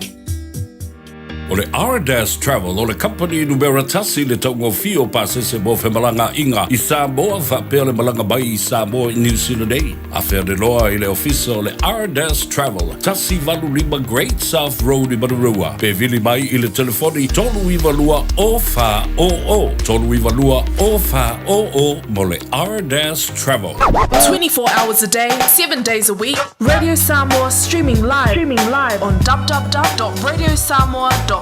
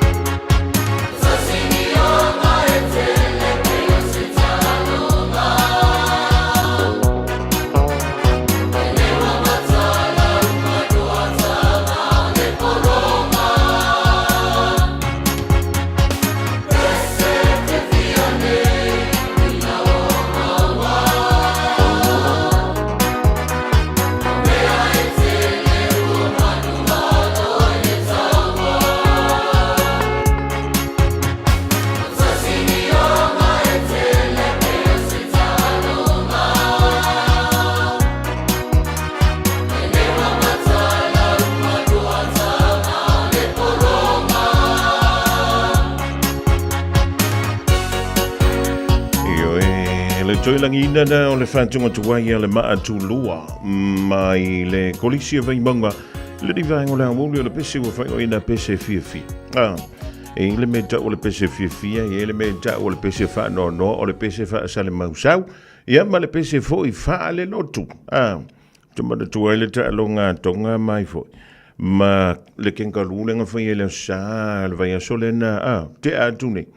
So le leva ke lo me okupu o leva ngo fia kuru ngo ke siva e va lo ngo soli ala usu me peselo o va pe soli se fa mo le le se lo ku me le fa yo le la kapiri ki me ya fa ma lo tu ya ta tu pa anga me le tu o tonga le ni va ngo le wot yo e ma lo ya tu to fe ve ake sai be over atu fa mo oni yoi o le afu e le kala le te foi tau tui mo tātou ia ua afu ua maua le poto maua le tomai ai le tong ia le meka o le student loan yoi e to fia tātou le fia ngā mi o le lei o le maua le poto maua le whailonga maua ma le tupe ai sola ia se iusi whane lima I alto whaafonga. O lea ua whapea mai I le ofisa o le Inland Revenue, po le ofisa o la fonga a New Zealand. O lea ua wala a wina, le awa o la fonga, ua makua wala a winga, ka ilo oi vore ngo la fonga voi le na liwe a vea maso o le rifaula. Ia ngā Nicotemo o le ngā. Ya le vai ngo wanu foi le ngo sa ya sola anyway ale mero ki aka wa maua le poko sola ai le kong ia le student loan ya nga pa maila ia le o le Inland Revenue ia sa ungi mai o le mele tupu o le ai fio lolo na nei tangata o le tau tongi ala tau student loan o le me fu ke vai aku e le va pe voi le mea e kolus furu pasengi pe fast furu pasengi le interest lo tu ai nua o nai pa u ila e fuai le malo si lo tu tong o le dai maua e onisi o le fe mai le tala le fa kari mai o ko ia so la ko mai New Zealand Australia ai le to ngia ia tato student loan o longo winga o le aka milo anku ia le au la fonga e pick up mai o ko Fai mai o le tātou ai tā lafu le iai student loan si tono New Zealand. O lea ua makua palungi a si a kanko wamiu. Palungi a kua lua tesi ma le tolu fitu. Ioe, lua tesi ma le tolu fitu e le afe e le miliona ai ua piriona. Ioe, ia e ngofona ma fau. O ka se ngā kupe. O leo la ai tala fuel to tet. E lea se senga male me fuel le ke Mjolkovic. Lea na fo. Na alu le no fo fua I hotel. Ai ke ua umangi. Mo ilan tuie malanga me yentu no e mamau. Ai fa me yelua va yeso ke ngofo I le hotel. Ai koe folo mai markala I kua. E kokongia e oe lau hotel. Kelo, anga o I loa ke mirenga ngofo I Euskari. O kere kongi se me. Mo te liro nei te mipo wa o me konga kupi. O kere fa kula ele kongi a wor kongi ko long. Le ai. Hey, o me kongi ko long. Lua te si male tolu fitu biliona dala. Ea mai le na tino I tupe te le. Lua te si male lua biliona dala. Ole o ele totele. O tangata New Zealand. Le wa maua failonga. Maua ngā luenga lele. Au ngai au mau ngai Euskari. Lono wingari kam. O mai. Ioe, ale a kou le sokai mai. O ngala ka mi milo ku ia mo meo o le awa wala fonga. Ia longo winga, ka lo fai. E ke ia ngai fai lau TikTok kai ku ia. Se fa mo le mole po le fale le o siko inga o Peter Stowers. Ia, fa mo le mole a Peter. Le ngo foi Adelaide. O e ngai au ngai New Zealand Peter. Le ai, o Samoa, ia okay. Yeah, it's all right. Fa ye ke ia o ngai New Zealand. Nga kala wa o ngai Samoa. It's okay. ai ava pe o lenga e ngofo i kala e dise me foi ke sa we fa menga e fa u mai o i fia e le ngori university no o la to o le na mau failo mau nga ruenga le o atu i Australia ia ele kong ia ka ko i kala o le fa le me fi ka kome fa le me ka koma fukanga o le kong ia mai ia ngala fo me ringi pusa ula ingi si kau kava i le lua pirionga Find your thing at Unitech. We'll give you all the support you need to succeed so you can find a career. Find a job with connections to industry. Build your skills in architecture, engineering, or social work. Get creative, learn a trade, teach our kids, or break into the business world. Choose from over 100 courses, whatever you're looking for, even if you don't know yet. Find your focus. Find your future. Enroll now and find your thing at Unitech. Visit unitech.ac.nz. Beta Drive Doctors i le taulanga whaatau I maangele whaapea manrua. O le vaenga o so ngase pe amana o mia. E whaatino e fo I matupui pui o le whanau witi. O tupui pui la COVID sfuluiva mo I lātou e sfuluan tausanga malunga atu. Whaapea matupui pui o le flu. Pala au telefoni, 255-25 mo so wanoe whaatino ai nei au nanga. O fisa whamai I maangele I taftafane o le McDonald. Amanrewa I taftafane o le Whaletusi po le Public Library. Beta Drive Doctors Clinics.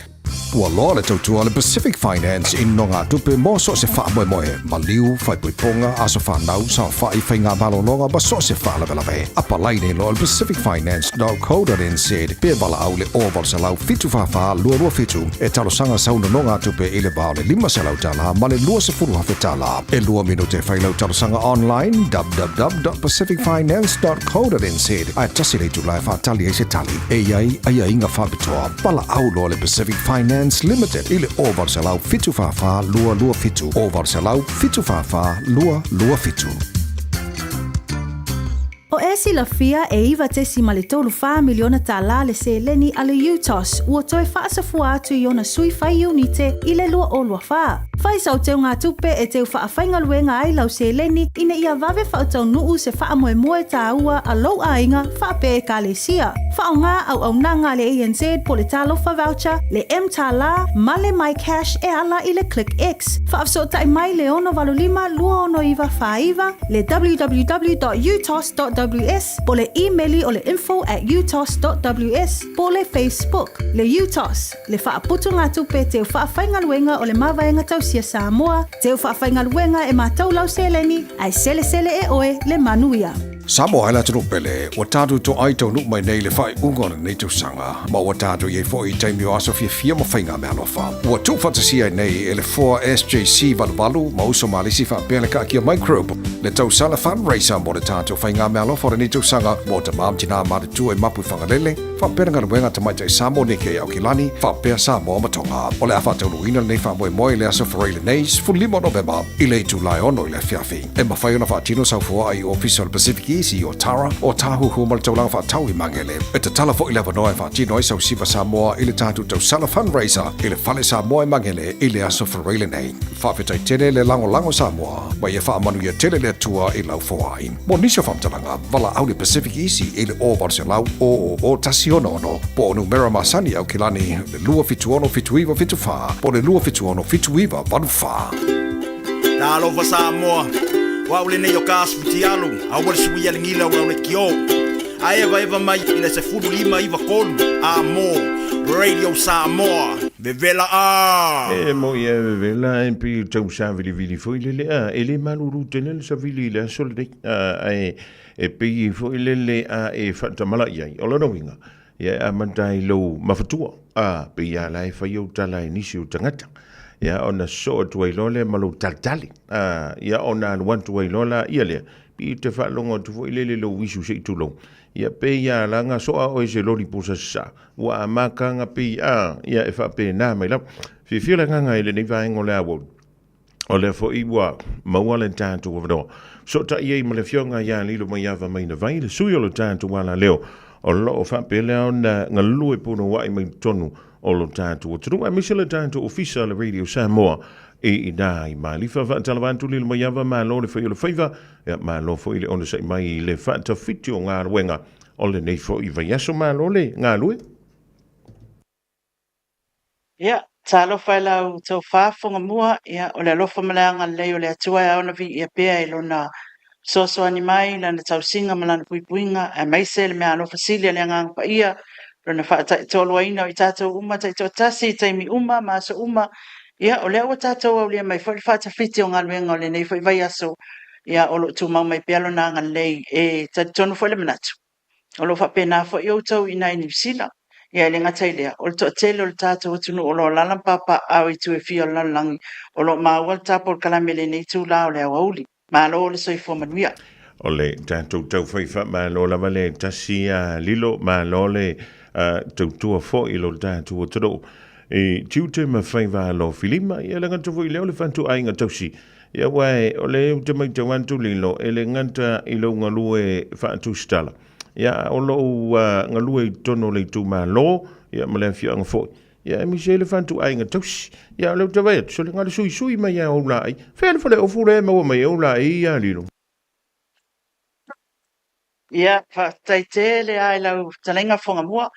E o nei e tātou business laiti. Mantua fo e iei lau whale o fo e a mai e tātou la i o tātou atunu o mea tunu e mbau. E o mai tono e kampanina. Ia iei lau fo i nei e tātou tangata lo whai lātou whale ofu i nei. O te iloa pe te manatua ia le lengwai building. O lo o iei ia le whale o loa Roberta. Roberta. Ia, o silo matua le walewa, ona o whaatau tau o fuai, me whaatau ato, whaatau ula, o ana me tau lima. Ia, whapena fo ina isi whale ofu, ona ia tātou tangata lava o whaialato me tau lima, su ima ele. Ia, peo inae, ti ngā, ona le tate fia mana o sisi ofu sili atu le matango fie. Ai anga ia whaatau ona o le leo le tau.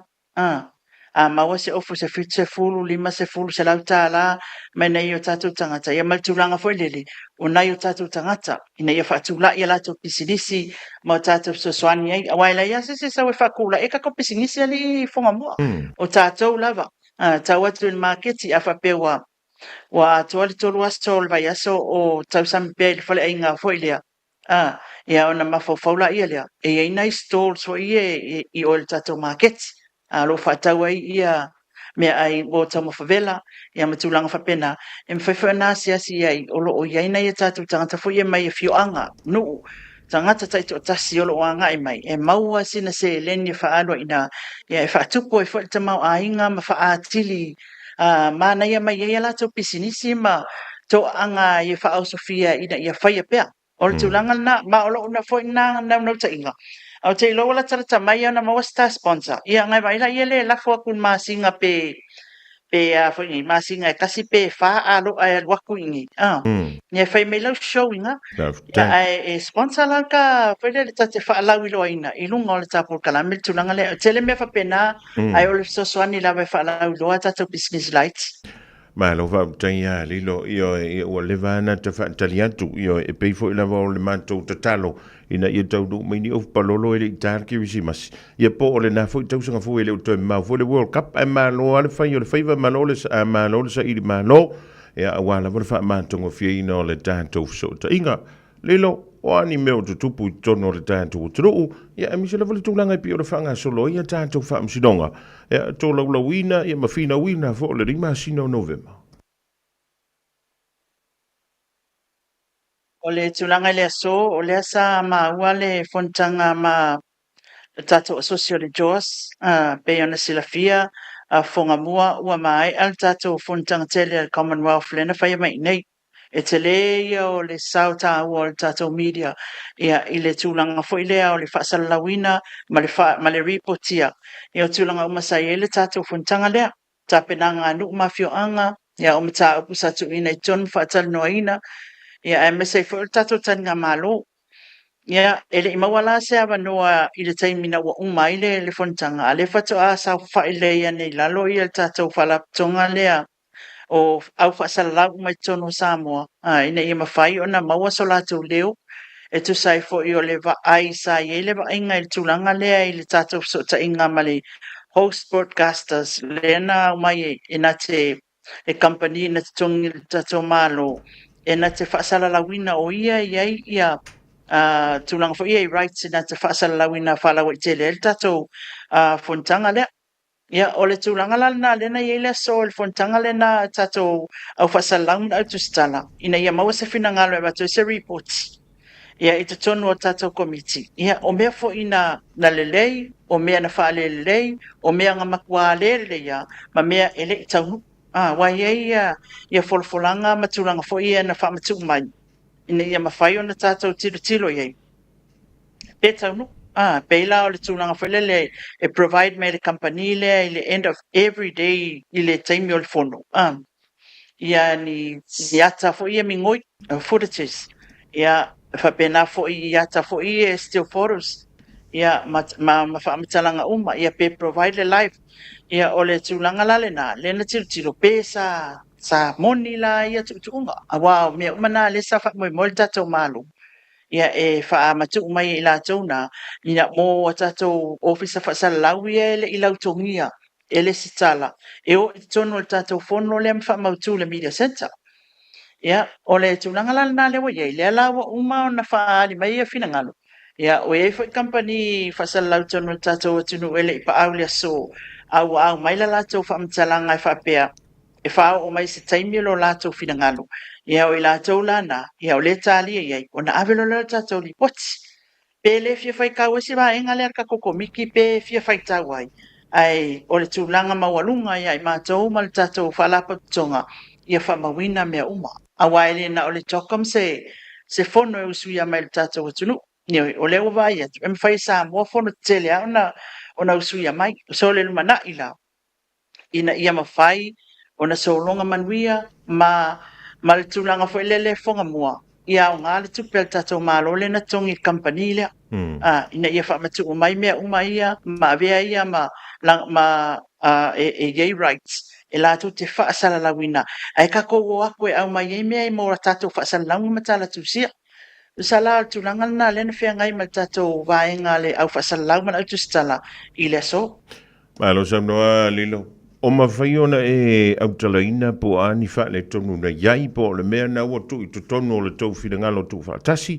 Ia, na whatua a mai ele i tua li poti pe amai, a le lolo. O lea ua o loo na whaile tanoanga, a o loo manatu na whaalia. Ina ia publish le li poki lea, e le mawhaila ona o tautala i taimine ta porkalami. E se tato whaatali pe le li poti, ona e tau na whailoa mai. I le tātou atunu, e le aise tūlanga whaile le mawhaio nā tina e aise mea. Pea whaia le ai ni whaafita auli mani mea le tātou whenga iai, e au na whaia i eise ngā luenga. Ia ma i le tūlanga whaile au le naunau ta ingo tātou, ma lofa te mkalasi e te tau na whaifa pea tātou mea, a uma le wha moenga ia e tilu, aise a, ona le wha o ngātu pe tātou atunu.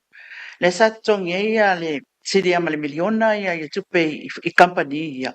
Ina ia mawhai o na lātou whaamtu mai. Ia makua ke lea le siti o le whaangau le malia ni nei. E o lea o le o ia tūlanga lea. Lea ngau le tofile o le presidente o le palaptonga le toa. So ia sa talo ina le fono lea. Ina ia au mai ma o mai ia fina ngalo le tātou au whasalau ma le au tustala. E mawhai o le tuu whaatasia le seri poti. E te tau fo i ona alo ia ma mana ia mai le tātou malo tūlanga ia aisea. Ele o se tūlanga whaile o se kau whaaleanga. O al tūlanga sa o ana lo tuetua ia. Ele o se tūlanga o se tau whaaleanga. Au mea ia e mō whainga malo lei e atina e ai. O le ale mea na lape i lea taimi a o aku le si whongkanga. Ia whapena ona ia i se tūlanga whaile o se whaale leia. Ina ia mawhai o ngālu bue whaatasi. Le overall ai o le whono matangofia le Paule tūlanga na mātou wa aia se o whonga mua le la whailo atu o nei pālangi ana ngā email Commonwealth mātou ngā lue whaatasi. Te le i o le lato sosoani a mātou. I le tūlanga whaile le akaika. Ia wakalako ko complain pālangi ana o le pālangi a whai o. O le tūlanga ia le host broadcaster le na au mai. Ia e yeim tūlanga o whangau le mali e le au wa atu stala mele au whasalau. Ia ele ausia e mantu o tutuunga ia mawheangainga ia ma le tātou mālo e maiso tātou ina ia whamatu o mai tātou ngā luenga. Lili, malo fa tai o na fise to debrief foi le na ua mai alfontanga po le fta toi au va poto le o le au tu stala i sa mo ma le tanto malo foi po le committee fa foi o le fonta. Ya, o le fatu a failea. O le fatu a uma, le fatu a failea matalo mai. A ua fa sila lo ia i fo ile so ile au fa salam la tu stala le sa ye ile so le tato il fontanga le. Mo tato uma. Me mawe pen fa pe e uma lo le fono failo. A wasa a wai mai na uluana a wai mai na i ofisa fa salawina. Ya, tato a tunu. Ia o le tūlanga la lea whaasalawa nei ma whaailoa mai. O leo lea whaia le whonutanga whaile le whaaltausanga a le Associatus Tala ma le au whaasalau tonu o le tātou atunu, le AGM, a le Choas. O le aso ono o le masina fo, ia o leo lea whaataunu inai, mantua fo e avea oe ma financial member. O iei fo le tūla whono o le tātou, so si lea ma lima ta inai a tātou ngalwenga. Tele i o ta ia lao lo ua whamautu ai o le tūlanga foi le o whailoa. Ma se itala noa. Po whio i le tatou Media Council. Ia, na te le a ia whina ngalo ai mai se lava le tō wha au tanga waia. Tipi au tanga waia. Ia ona o le tūlanga foi le o whaisi umi. Umi te le o tātia le se fontanga whatausanga. Ia a lea ua maua le awanoa lea. Ina ia mawhai, a wae le mawhai o na tātou tali atu i tō atu ngā fo i e tātou te whia ngai mai fafo. Pea whai le malo si lava le tātou asosi tonu i e tu lai ma ia mauti noa. E mautu a tātou whainga whaavai mea umalava e lima ta ina e tu la fono. Ia o le tūlanga lana, o le tātou fontanga lana o le asono. Nā tala noa le tu tau tupe. Ia mamata upula ia e whaatau i le lumana i o le tātou. Lele, ia, malo a funga le divaingo la woli a lilo ia o le wingo la usili le na usili atuai. Wa so sfa moe e whaatino. E te taua na iei se talo noanga pe a maea. Pe o ani tu le lei, o ani masei, ai pe wha pe fea o na toi wha le lei a tili. Ia le au nanga. Po o le ala wha moe e te taua na whaile me le pe a maea. O i nā tātou te iloa, o i le na pa uai ia le ngai o inga lea, o i le na iei nei wha le tonu ia, o i le na matuai, o vāntu ma le se lau pa sene le le. Ia a wāle anga i antu lumana, ia moni e le toi whaia se si whono la tamai ia mālo taupune. Ai a tani mālo le tātou o tunu, o na wa iei le awivi, wa iei le ala fua, wa mai o na whaata, tia o lea se umi, ia o na mawhaile o na tuku i nātu se whingalo le autu stala i le komiti whaafui. O le ua uma nei le debriefing, ia ua maua foi fina ngalo, o lau whataatia la li potile, ai e le ngata ina tuu ina atu i le komiti, ia a le ua iai le malienga, ina i mawhai ona whasala lau tūlanga uma sa tātou whenga iai, o lono winga, e sila la i el tātou atunu umalalangi atoa, i le tūlanga sa whenga i mal tātou ofisa o whasala lau, mal autu stala le tātou atunu, awai whangamua, o au le tangata sa momo e pūl soi awa le Commonwealth ia e tofi mai ia tangata mai tonu media outlet status ina ia mawhai ona o i tonu i a whai e te alu le meka o le pūl e te sau supply le information maata mea umana e whai mai tonu le side events le na alu a nga i le vaenga le Commonwealth e upload foi lai lunga le Google Drive a le MMT ko le company le salato o nina rights o le whasalawina o le tātou fontanga. Ia, au tūlanga lalina. Ia, e mānai ale le tūlanga nei ai, wa ia isi tūlanga na tau o tuai, wa avea tātou. Ia, ma tūlanga whailele wa ia isi whakamatalanga i lea side events, o nei leo lava ia tamapueata, ma me pueata le company lea, e leo side events umama ma forum na nga iai, o le tūlanga le nana iai. Lau lava mai tau. Mea iti lava ai tāua, awane i o tātou tū la fua ia. Awa e alu aso sa waso, o isi foi fai mai. I le koe o mei, le lopo a whinkau sanga koe o mei se chakom sa o le tala lea. Ai lo ulawa tātou nunga stu stala. A le mawhai o na tātou, whai se me whapea e whatatia tātou reporti ma tūlanga whapea ina ia wha mawina. Pefio whai ka wai ka ko malo, mal ka ko miki lea na whea ngai mtapenanga pele ai. Ai ia wha mawina. O lea na tātou awai. O tātou to atu ngā ia, o mea ia sa tātou whianga i malu i tau. e ao na whalelei ai se isi mea mulmul mai mole atunu ule nei lo tātou wola ma soifuane ai. Malo le tapena ia malo fo ile langa i mele. Awai sa le lava le sa ranga le lo ia ale ini ni filanga lo falia. O lo winga ia la fa pe le lo tele. Ila nga makwa sik budi pari. Ai ava pe vo ila nai tele le se leni. Ai le I anto ato le tapena. E tauna fesili ngia. Wa le fesili e mala mai. Ai o le sa veu I lalo ka pita ele ia io mai alta mai mo ali lo se vai anto le fa funga anga tanto tru ma lo le tau mo fifo ile tulang ia wa marino le manto le vai pe afisil tu e fa mai ka kia mai ia wa fa fe kai fo mo ka kia mai ali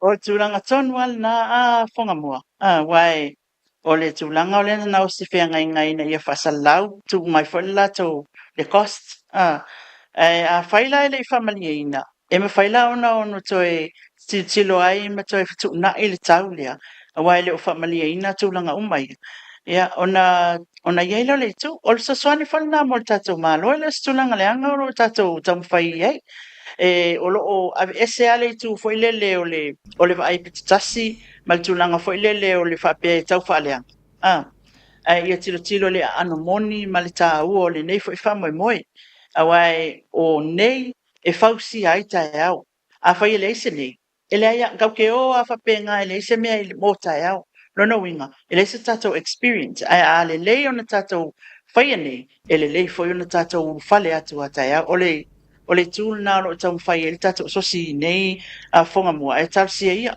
o le aua matua mabafa saua au tanga vai fo I le o le taimi e le se tato fontanga o le tu sa ma mataua le ia le fo tama fai e le tato committee nei ina ia mafai ia ama la longo pu ia I lava tato financial member awa o le Radio Samoa o le isi financial member le ai tono le tato Joas e affiliate o tou e au mai ia tato le stala ia fapena fo ina isi officer fasalau ina e resi tala mai o lea lava tato te faisau o mai tono le tato fala tonga lea ia ai pe e tau te tu mai ale whaataua ia I mātou I nei mātou te whaia le tonu mo I tatou pa ai o le a longo pu ia li I pea lau tau pa ia ma lau tonga malu I tūlanga uma o le tatou whamoe moe pe ona a tau whaina le tatou sos Malo va tanga lilo o ani si vainga te fia sa no ia ma longo pu ili e fo le tunu le vainga le au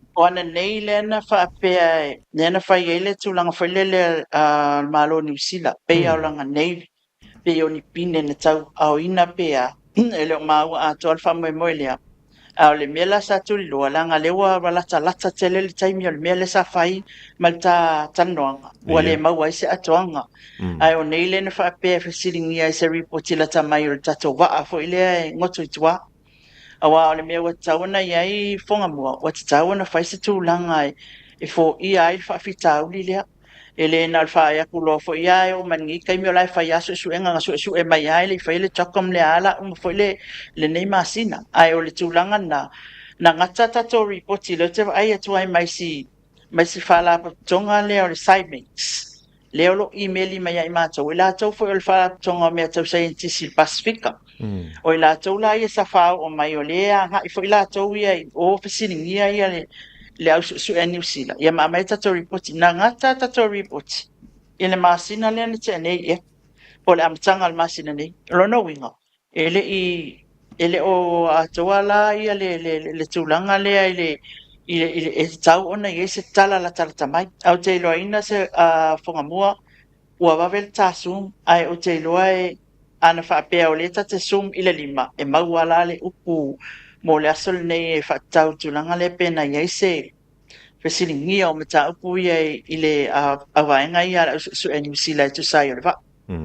Malo va tanga lilo ioi Paula tala muli no fa longo to ia le mata upu le fa mai o nai ua ina o sa uni fo ia o mai fa for kiso mana sua ia o nei fa tali se fina ngalo mai le tato malo ia ta ilola ia po feo o ia le mata upu ia le ngole e fa tali ngo au pa ia mai o le fu ia ta po ia le tudu o le saunga le mu o le si o manga ia mala to e fa fo si o nga sami o le tu o le tanto o tudu o le saunga le mu e le mo nei e le mo tai au ia ai mo le rumana ina ia toi fo i mai ia pe afa pe o so so lai ai le dai tu o le tātou tro e lua vaenga o te fia fisile toi le tau ngai lan tampo kala me a lilo e to fia ele au lai ki le ngau ia le falo lo le ngasau i lunga ka lua wa e maua ele povi mar konga ma po le konga ma le povi lilo fa mo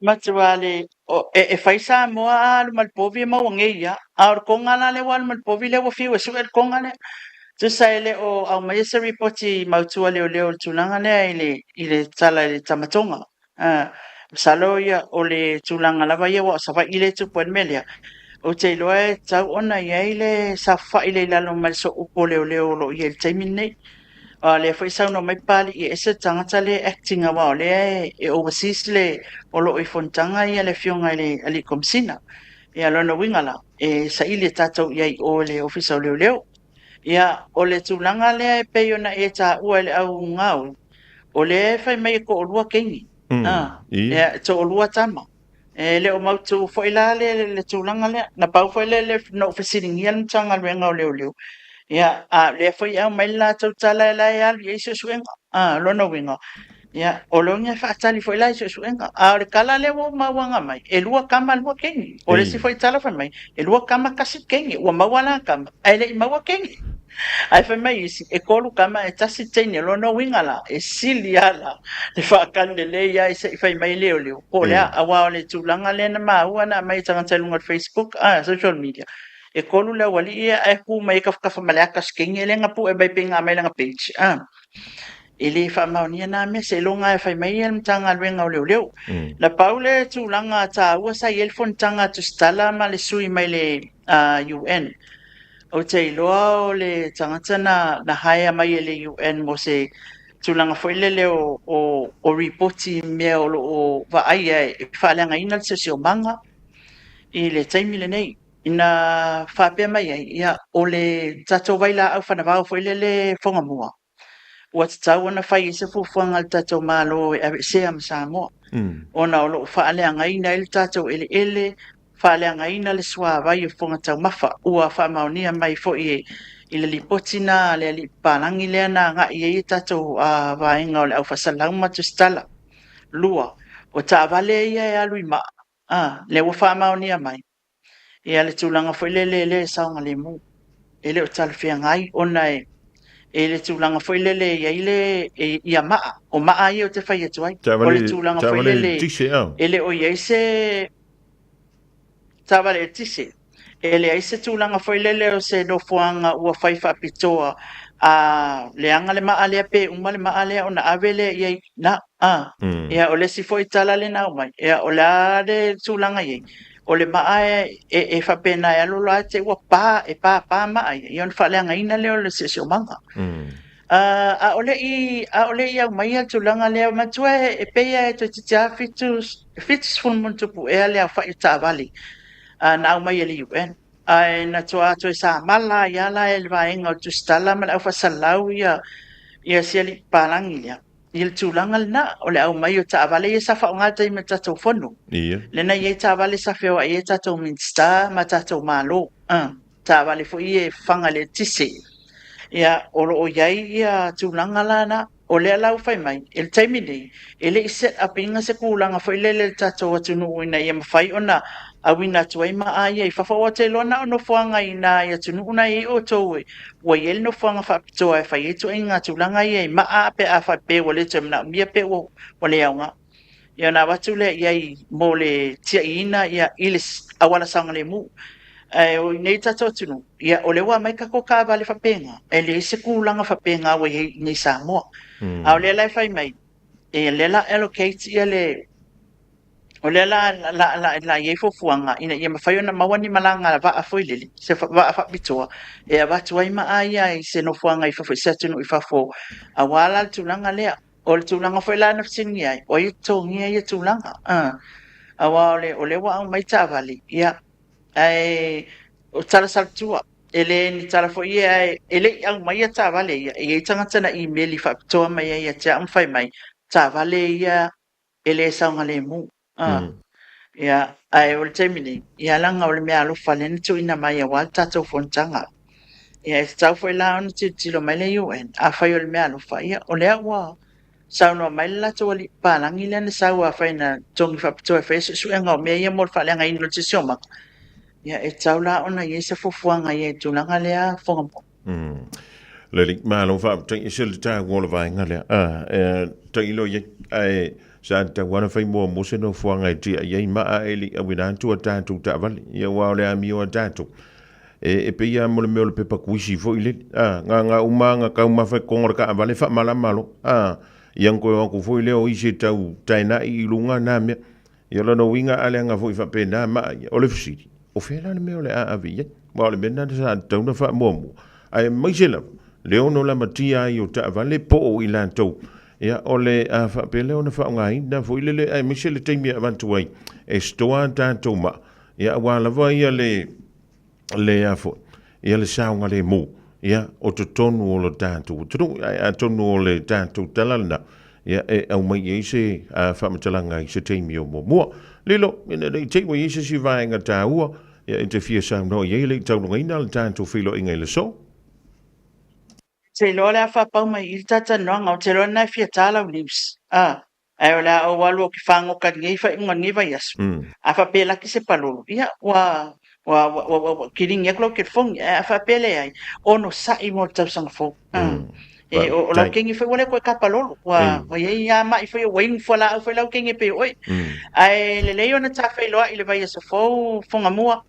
Se yo ta tala no ai le mta ua le i ta vali ma le mta pule le va e tuli loa ina ia maua a toa le saonga o tulanga le ai mo te minei ia o si tau ma fainga vai atu le mai sa mo nei a wa fo le mai mo fa fonga ta to tunu ia fa be fo il tali mai ala tu fa o lo tu mai le fo ia wa po kalame ta radio Samoa. Ja, a velo leo fa tava e mo le tole nga fa tai o le pa ia le silasi sa mo e misele tanto nanga nei au kilan. Ja, a wa la vai le tampre no le tanto so te inga le ding fo i vai nga le so te to le tu lo so i fu e i leva o nai fa mai no fo la au ya mau pele mano si wa le tanto maftanga le dava ya so asau i lona lofa malona nga le ya tanto filo ya i pu e o manu ya le o pu e o mala manu i tele le fa i ngol ya so mala singa toi ya taulunga mai el tanto filo inga le zoa lilo. Ewi ai na inu whala au rala le box. Ai rale box. Mai kede. Ia fonga mua o le tata po kalamel na sa mua whaftai tele la vai lau tapo inga.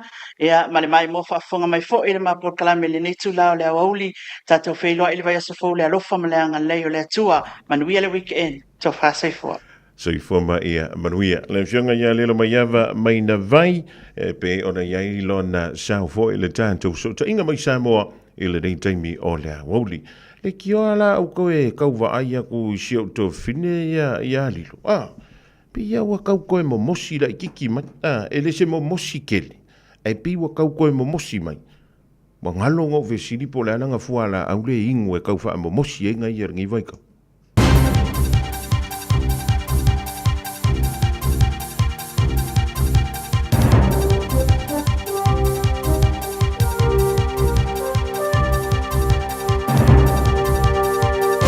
In this update, ACT leader David Seymour denies he and the Prime Minister are having a public stoush over the Treaty Principles Bill.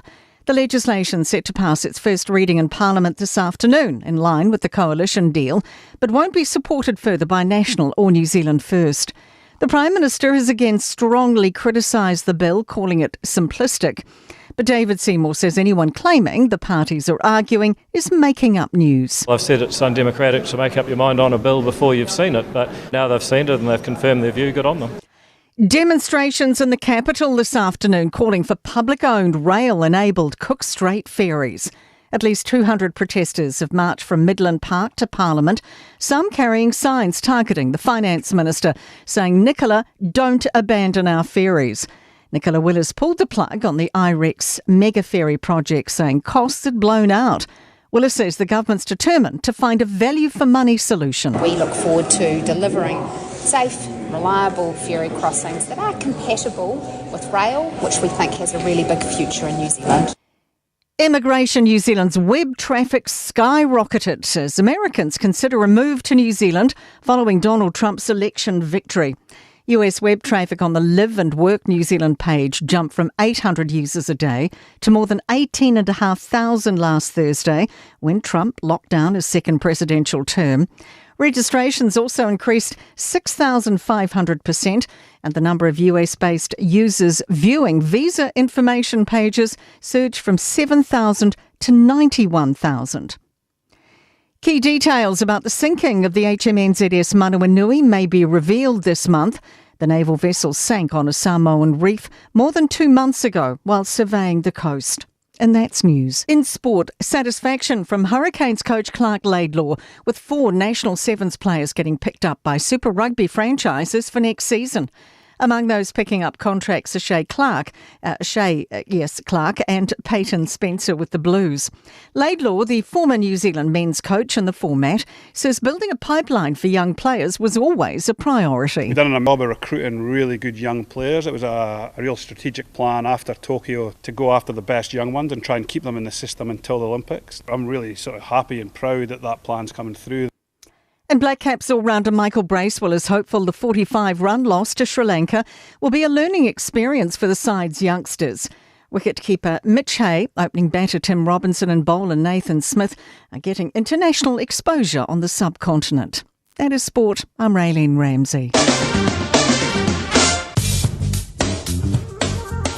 Fatalo fato lau tala nei le tamu le so mele asa taiao. Wingo le tamu le so e matele ina awaoa ma e iai nai timo to ulu i le nei aso. E angi mai sa vili mai le tu matu i se sae o le atu nuu. Bevela wha mawina mo le so e luas fulua tikeri ma le manu luas fulvalu tikeri. O le angoto i fo le lai le iwa minute te ai le itu lai valu i le afiafia na nei. Mo le asa taiao i ti munga le aso pe tai o le atu i langi le mai le tauanga i atu i le afiafi. E wha alongoina le angi mai o sa vili mai le tu matu o le atu nuu ma le whapena o na angi maalie mai sa vili mai sisifo le atu nuu i le awauli. Bevela o le aiai le aso ataya lusu tasi tikeri ma le malu luas fuli ma tikeri. O le aosoa ele la i le taya o ataya o le 2 minute te ai le tu lai ono ma o le angoto ifo le se fulu minute te ai le tu lai valu. Ma lo tala na o le tau mo le so ma le aso ataya o.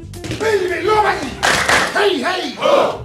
Auckland Airport's new transport hub gets you closer. Closer for warmer welcomes, longer goodbyes, and those special moments.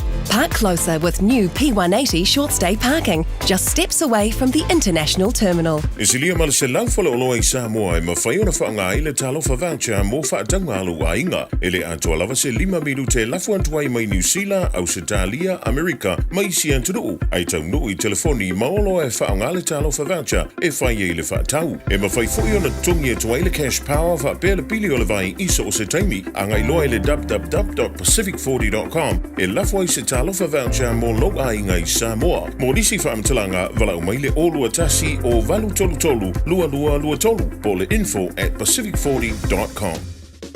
O e sauni malanga i Samoa, mana tua loala moana rentals o lo o maua i sosi tu ai ngā taavale mautatongi mo so se mana onga. E mawhai ona piki le taavale i le malaiva lele i whale olo, po le tātou ofisa au tu i alafua. Pe momoni antu fōi le whale tari malo o lo o e wha mautua ai ngā whaabitoa. O lo o iai le insurance cover e te fili mai iai. Nei tupu se whaalawelawe ai o lo o iai le wha mama avenga, male pui ngā mo oe. Mori se whaamtalanga wala au le tātou paanga le Pacific Easy i le ovalu se lau o tasi ono ono. Pea siasi le tātou apia fōlinga o le Moana Rentals o le upenga te whailangi o le moanarentals.com. Talofa Samoa, o Ateshna Ryan, o le Licensed Immigration Advisor mo le Auckland South Immigration Consultants. E visosoani mo so se tu ai ngā visa e malanga mai New Zealand po Australia. Telefoni mai nei loa i le o valu o tasi ono valu whawhitulua. Po le olua tasi ono valu fitulua tolu o.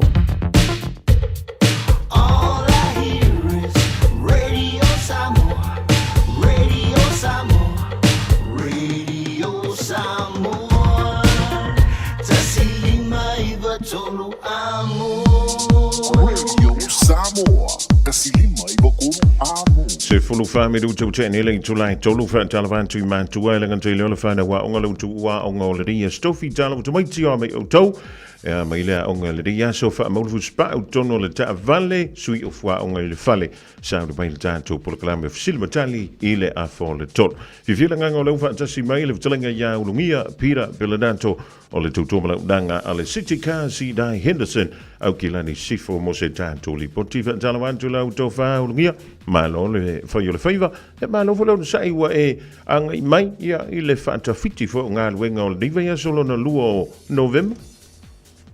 Odi a se manu wa te fo le fonga le fonga bua ile fitelenga ile foi vai ngol ta por kame ia fa si foi sta fa felo inga le atu ta po mai ia manantu lo ma walunga pel sai fo manu o le tatu atu le foi vai aso ia mo te sa le lava o tatu tu la ta fo fa ngol le aso ia e fa te inga le tu fo mo le ola le ia se so ma wa se ta fa no ia tatu ta fo mo nisi wa ia nai fa no nga yo no o le moloti yo fa ngala vale le soi fuanga a felo ia tu le tatu wa tunu fe lava le mele e maua mai el tatu fa sa longa masani yo le tu masani lava le ia unia pita prenato le ona e fi of so nia tu mo sa moa tulangol fa te wa ingo tatu ta vale ia me se fo yo nei lava fuanga ta vale ia o te mele me tu lava le so wa inga e ta walo mal malama so se bea le fangalo ia le au faingalo ngale tua o lo trivae ma te talo pe le au mo le po a wala le manuio di usila lo tatu au mawai le tunu o tofi tatu te au mawai ia ai o lo fa pena fo o talo mo mala fa na tua ina ta o mau atu ma di usila ia fa ftai ia o ta felo ai na te lenga le fongabua ia o lo mau lunga pelo so fo manuia ia wa stinga e fa longo ia fa pena fo fa fa le tau tua wala o nei o le tua e fo ngai le tunu le ga fa lo ma lole sa no vo le divang le won yo ma to te misia la boy ia langa oi pe yo le la au tu tasi fo ile i au kilani ia pe ngale sa wala le mauri fo ile loke vole la au la wole ko la au la wo posi mari urungi moni fa to tanga ia ona wa fai ma oni o la tu la vai ele mo fonua ia to no le ala le fa mo lunga le moli wole ia se me palangi ia tatu tal sia ia o la wa ile pine fa mau ia na foi ele wo pine sta u ile fa so ia e mandantu ia sa le ala fitelenga se mo e pe tu ta sia o fa ta vale de le west a ese le telo fa ta o mata fa sa longa la stofi awai o nai fautuanga nei mo nei o tatu tangata o lo sa i ta vale ia pe ia tu lalo pe le telo vai aso ia mai tawina le marketi o lo iai ele o to te town pe fa tawina ta vale lua fe se fulu li mai lalo o no wo fai sina ma wo lungo le tausanga le o tatu ia lua fe lo falo tatu iai a ta o le au mai finance ia o nai fautuanga nei ina ia piki le ta vale tausanga fou na winga va lua fe sul valu nga ilunga lua fe lu futol o le o ta tele o te o la o toa mo toa tele ta vale te usanga le leile na au la na tala fa nai tanga pe anga mai be malu le tunu ele leia le piki o le ta vale o lo fo te usanga la lo kilometro le ta vale ia mai se fo ta vale o la ile 11 fa nga wa special tato va vai kilometra ia nai vai nga ta o le na tauna mata alia ia ile tunu o lo neia no ta vale ia o le numero tasi le u fa le ngaina le tele credit ana yo tatu tangata i sila ali le leina piki le ta vale mana tua o le taimi ai o maina seimia o pe ta vale ia le lava tua fautuanga le aulungia a e alu malau ta vale wa o mana seimi avel ta vale fa mo ele motorway ia tu le ta ofi fa mai tau le fo uli po salue fo uli pe ia se me pa o pai pe se mo li lo fale tonu pe se mo li o la tonu ana tua e fitu a aso ia e o le tele au financial o fai loa le bel nei o tatu tangata sa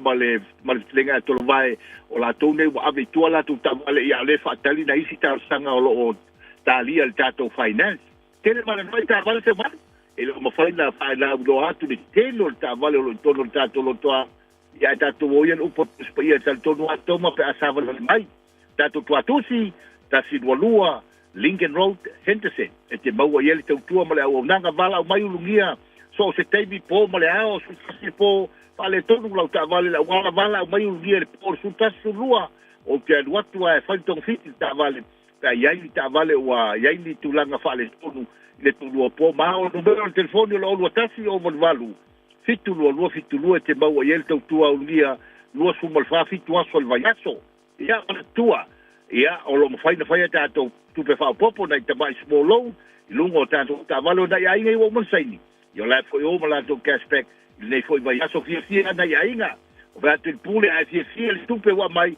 whapena fwoi nei ainga na via fwoi seleni o tangu tāsu i whanga i o le ala fwoi le whatinoi le vaenga tāua i a i el whamtala fwoi le e tu atua i lau whaitalia a i a mana tua e te tongi uman tātou loan nei pei meni a matabalon sufulu te pa i el se lau ia o la lave ma faina tofi tola kon kalate ia ai fa kiti mai lalo pe mani trade in faina mai lalo trade in e kesa tu lo wow a velo tu ali mafe e bana mi ali mafe kes e va tu ai lo lima e bana fu tu senta o lo travale le lei io nai vai ngai e fa manino le ka to nu ia mo fa tuanga muli pe sili me uma o le te no fu no fatu nei pe sili so se mena pe meni o le travale o le afi o me uma lava e le ka to tala ma fai lo matu me uma ia ala le tautua ma le au nanga ia o le tatu tua tusi na fai lo atu o le atu le ranga whaafai se umano mo le matu avanoa al whaalau loino le pisnisi ia mo le atu le lo whaanga o le pule ma le pulenga ia i lau tō whaafa o winai tiu te mga luenga le neiaso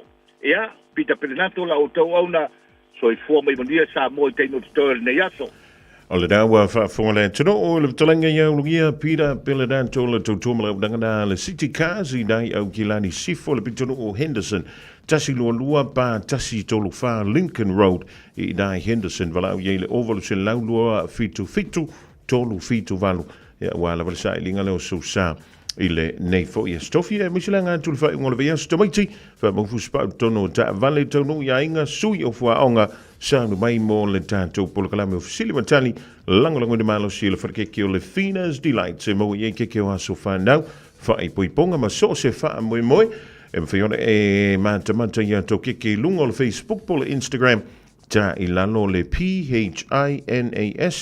PHINAS Delight, stoi titi lava ready mai le si an tātou company, ia ona maua fo i lea o whailonga, whao popo mō le polokalame nei o Fisili Matali, mo o tō le whanau a onga.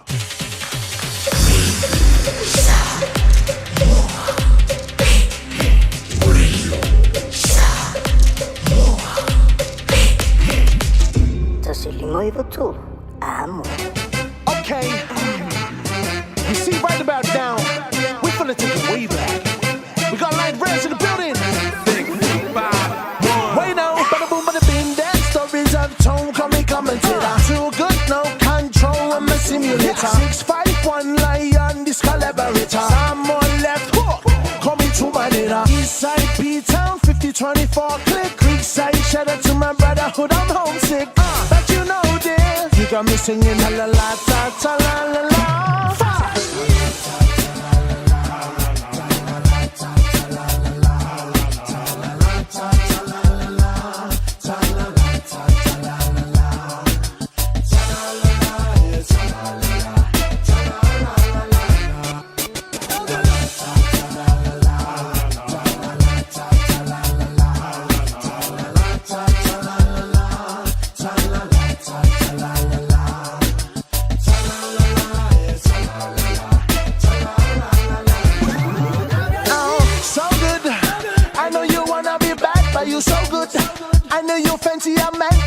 Magnetizing, so fancy with that hook. Bamba diddy down. He got me in the feelings in the morning. Be with you controlling. Memories eye catching me, girl, I'm falling.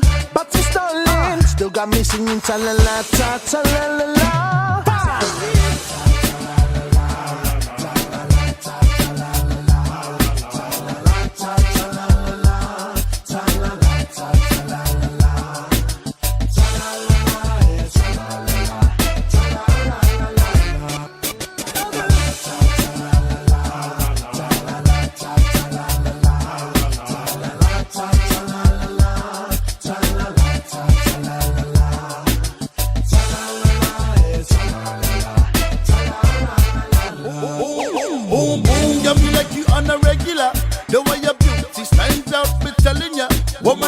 eyes got the fuse all over your face, sticking your body language, cause they feeling the same.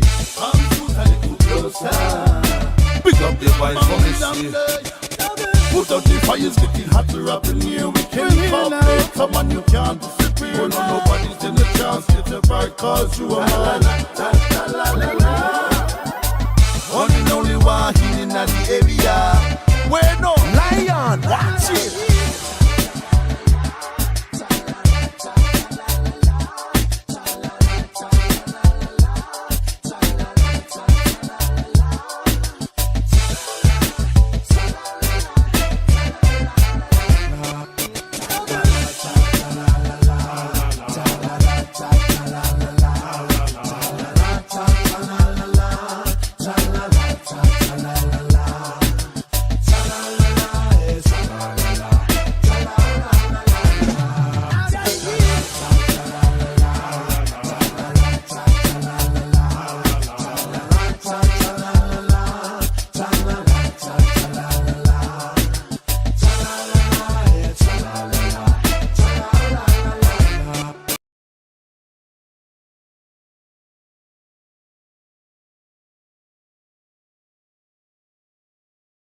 Lion Race ilari fo ivang ola woli. Mala bese talalala. Ola wa lusful male ono midu chubuta enele July tolu. Ola wo jodo waini sine o tato wa faalinga wala wale long puyeli yolo topa ia malo o to mamalu. La di fo tingala woli re o dan tul man to polakala me malafana officially mantali ya e tu wa yola to ngo to no le sei. Ile so antai hambe antai to woli le lo fo le tua fail sei. Lo ai le po yo to le la manu malo le fa ai longa wa saunia ele frikeke ole Finas Delights. Ole tanto faalinga momuale pe ona tonu mai le tanto ofisa ile dik fo ivang ole woli. Awala wala sila fielo to pa iamalo to mamalu. Fabitone ile casa beats and appliances solo fanga solo.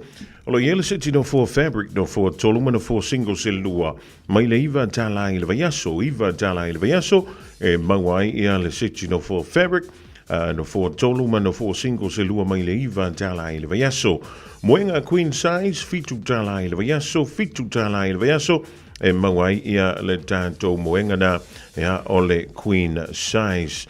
iPhone 13 ya ole fo ye mawa le tato iPhone lena ya wala va ya le fa ngaina le pa ya malu fo ole tato tro ole fo ya olo ya mai le to mala undanga ale casa beds and appliances male fa tolo na fa ole wo ye le tato smart TV lima inisi ya lona lautele lima inisi le lautele ole tanto TV le da ya e mafanyo na ifangai na ilo mauta po o lo lawa afiona lo ile fa fitu fa Great South Rodeo tohu ya po o le tolu fitu iva Great North Road na Henderson ya wala vai le silsilo le mano le tro ya tanto lo all over Peleona Mawa ile Tautomala Dangana ale for a company ale Casa Beds and Appliances Failo Yai never Fonga Radio Samoa Nifa Salonga and Mawa Tuai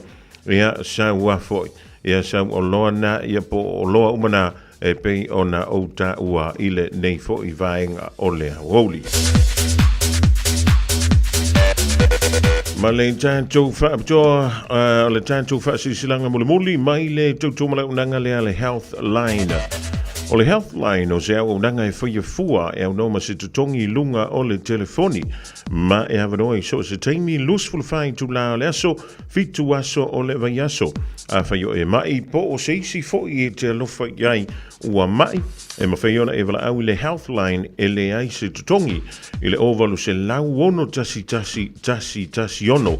Ovalu se lau ono tasi ono. Ya ma e maua ai se fautuanga. Tau soi fua maloloina mo le isi ngā yoinga e te whaia. Mai I tau si mai ma fō mai ua lesi talaina.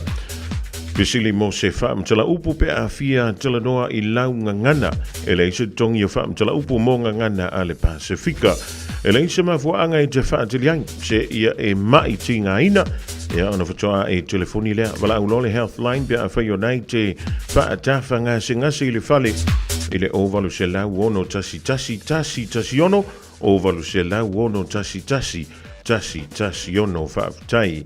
O risi nao tātou whaalinga lau tonu mai le rivaingo le awuli au sauni mai le whana wa onga mo le mātou polakalame o Fesili Mantali. Te alofa Samoa o Mr. Cowboy Lenei. Whaafafonga ma mai mo mai pea i le Radio Samoa. Yeehaw!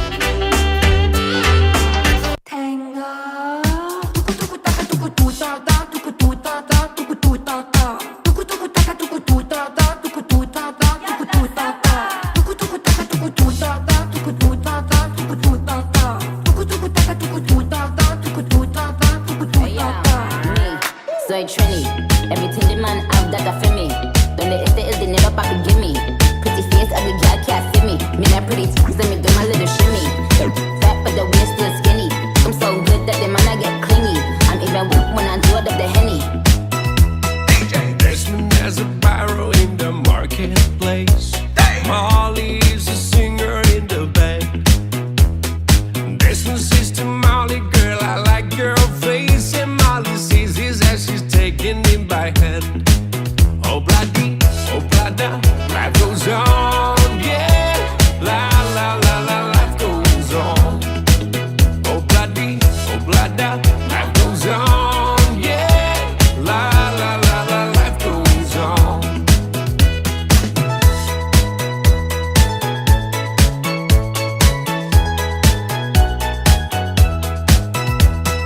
Desmond takes a trolley to a jewelry store, buys a 20-karat golden ring, takes it back to Molly waiting at the door, and as he gives it to her, she begins to sing. Oh, bloody, oh, blada, life goes on, yeah. La, la, la, la, life goes on. Oh, bloody, oh, blada, life goes on, ooh, yeah. La, la, la, la, life goes on. In a couple of years, they have built their home, sweet home. With a couple of kids running in the yard of Desmond and Molly Jones. Happy ever after in the marketplace. Desmond lets the children lend a hand. Molly stays at home and does her pretty face, and in the evening she's still singing with the band. Oh, bloody, oh, blada, life goes on, yeah. La, la, la, la, life goes on. Oh, bloody, oh, blada, life goes on, ooh, yeah. La, la, la, la, life goes on.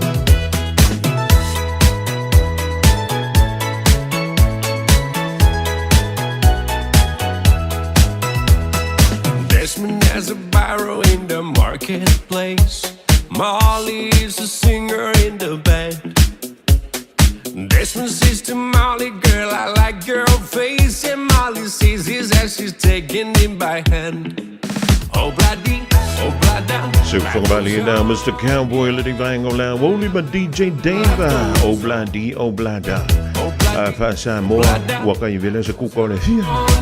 Jalavantulo sa DJ Deva. Tofanga Mick. Map to my letting bang on now. Only Tofuay ono to Tolova. Tell him up to my St. Joju Tantamiti. Sounding by Lomo Tanto Polakalame. Officially, Mantali le Radio Samoa. Radio Samoa. Taslima Ivatolu. Amo.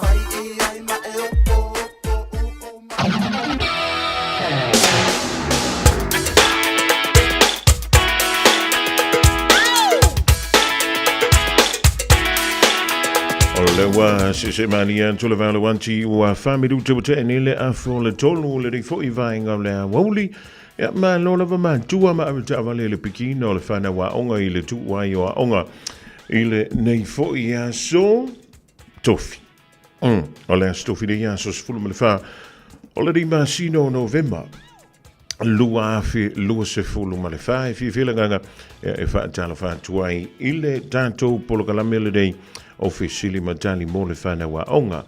Ole unga mo le fa mo le tanto polokalame ina yanga lulu fa tasi matua ma fana sa o pe se le tali ele ole mafuanga na le ina amtali el polokalame ne na o amtali el polokalame ne le tausanga e lua fe se fulu yo lua fesfulu a mata le lua fesfulu ma le tasi.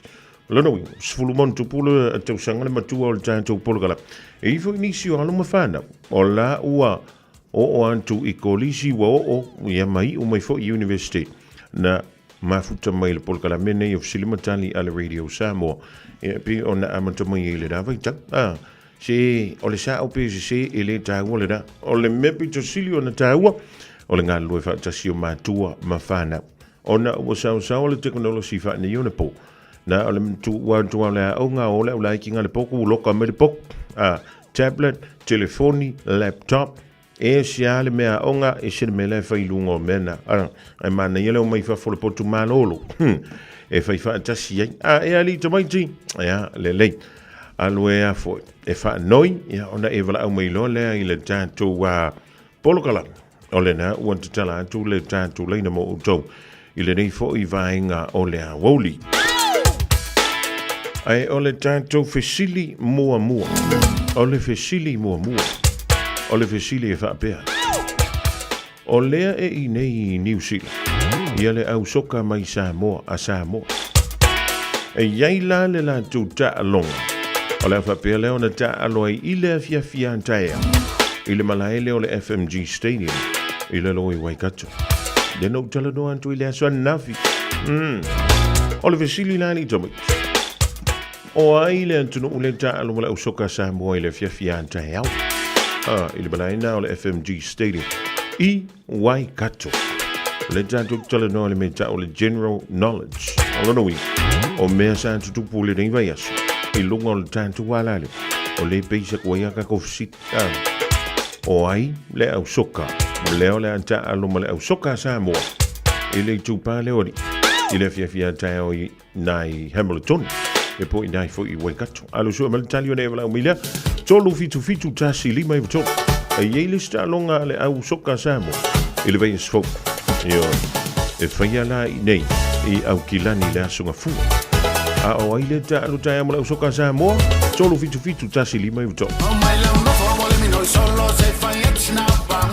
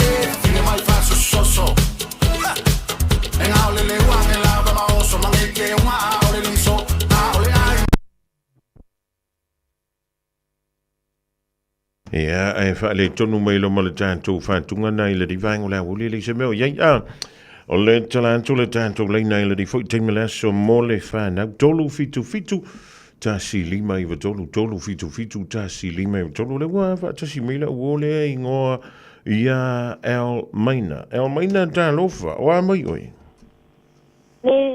Le manu vial whaftai. Sa e anu rea o ngali El Maina? I oi. O ala to misa whilau? Ka whai mātou Cultural Festival. Cultural Festival, ia? O hala ni whawhiawhianga. Ia, o afu ni pol kalame sa whai le Cultural Festival. O le Siva. O le Siva, ia? O ato ai ngā Siva sa whai le tau festival. O le Siva Samoa ma le Siva Fiki. Siva Samoa ma le Siva Fiti, ia? Ia. Nāla, e tō tele nisi na awai atua? Ioi. Na awai atua iau mātua, le tau ainga? Ioi. Ia, wana whele na whai o nei? O nei le na whai e le festival? O le au ngā mea. Ui o le au ngā mea? A o a whea la e whai e le festival? Next week. Next week. La so e whatau no ina? So wharaiti. So wharaiti. Ia, lelei. Ea, ua maua la ka ko siva ma ka ko pisi. Ioi. Ia, lelei. Ma lo va taia e mai na on se me lunga le tanto leina. Si tanto wanga i atu. Le si tanto wo. Ta lo va? Ta lo fa mai. Ma lo, o a mai oi. Mai ia papai. Oi foi lo ingo. Papai. Me kairi, me kairi sa lule aonga. Ioi. Ia, o ala to me sa fila aonga dia so. O le Siva. O le Siva. O la ko Siva le sa o me kairi. Siva Samoa. Siva Samoa, o wala. Ia, o a fea e whai ele tau Siva Samoa. Aso, no iwa. A Sofia? Uaiva. Aso, lo iwa. Aso lua iwa. Ia, si o ki kilongi i le kālina. Lono winga whanto a whai le lua vai aso o lumana. O a Siva o tole sa o ni aso a mekai. Samoa. Pese Samoa, ia. Na o pese Samoa e whai le tau, o le ale tau wha moemo. Se festival, po o se celebration. Is extravaganza. O le extravaganza. E o atu ai ma o mātua ma le tau ainga. Noi. Ta i leli. Wakai mawala ka kosiwa.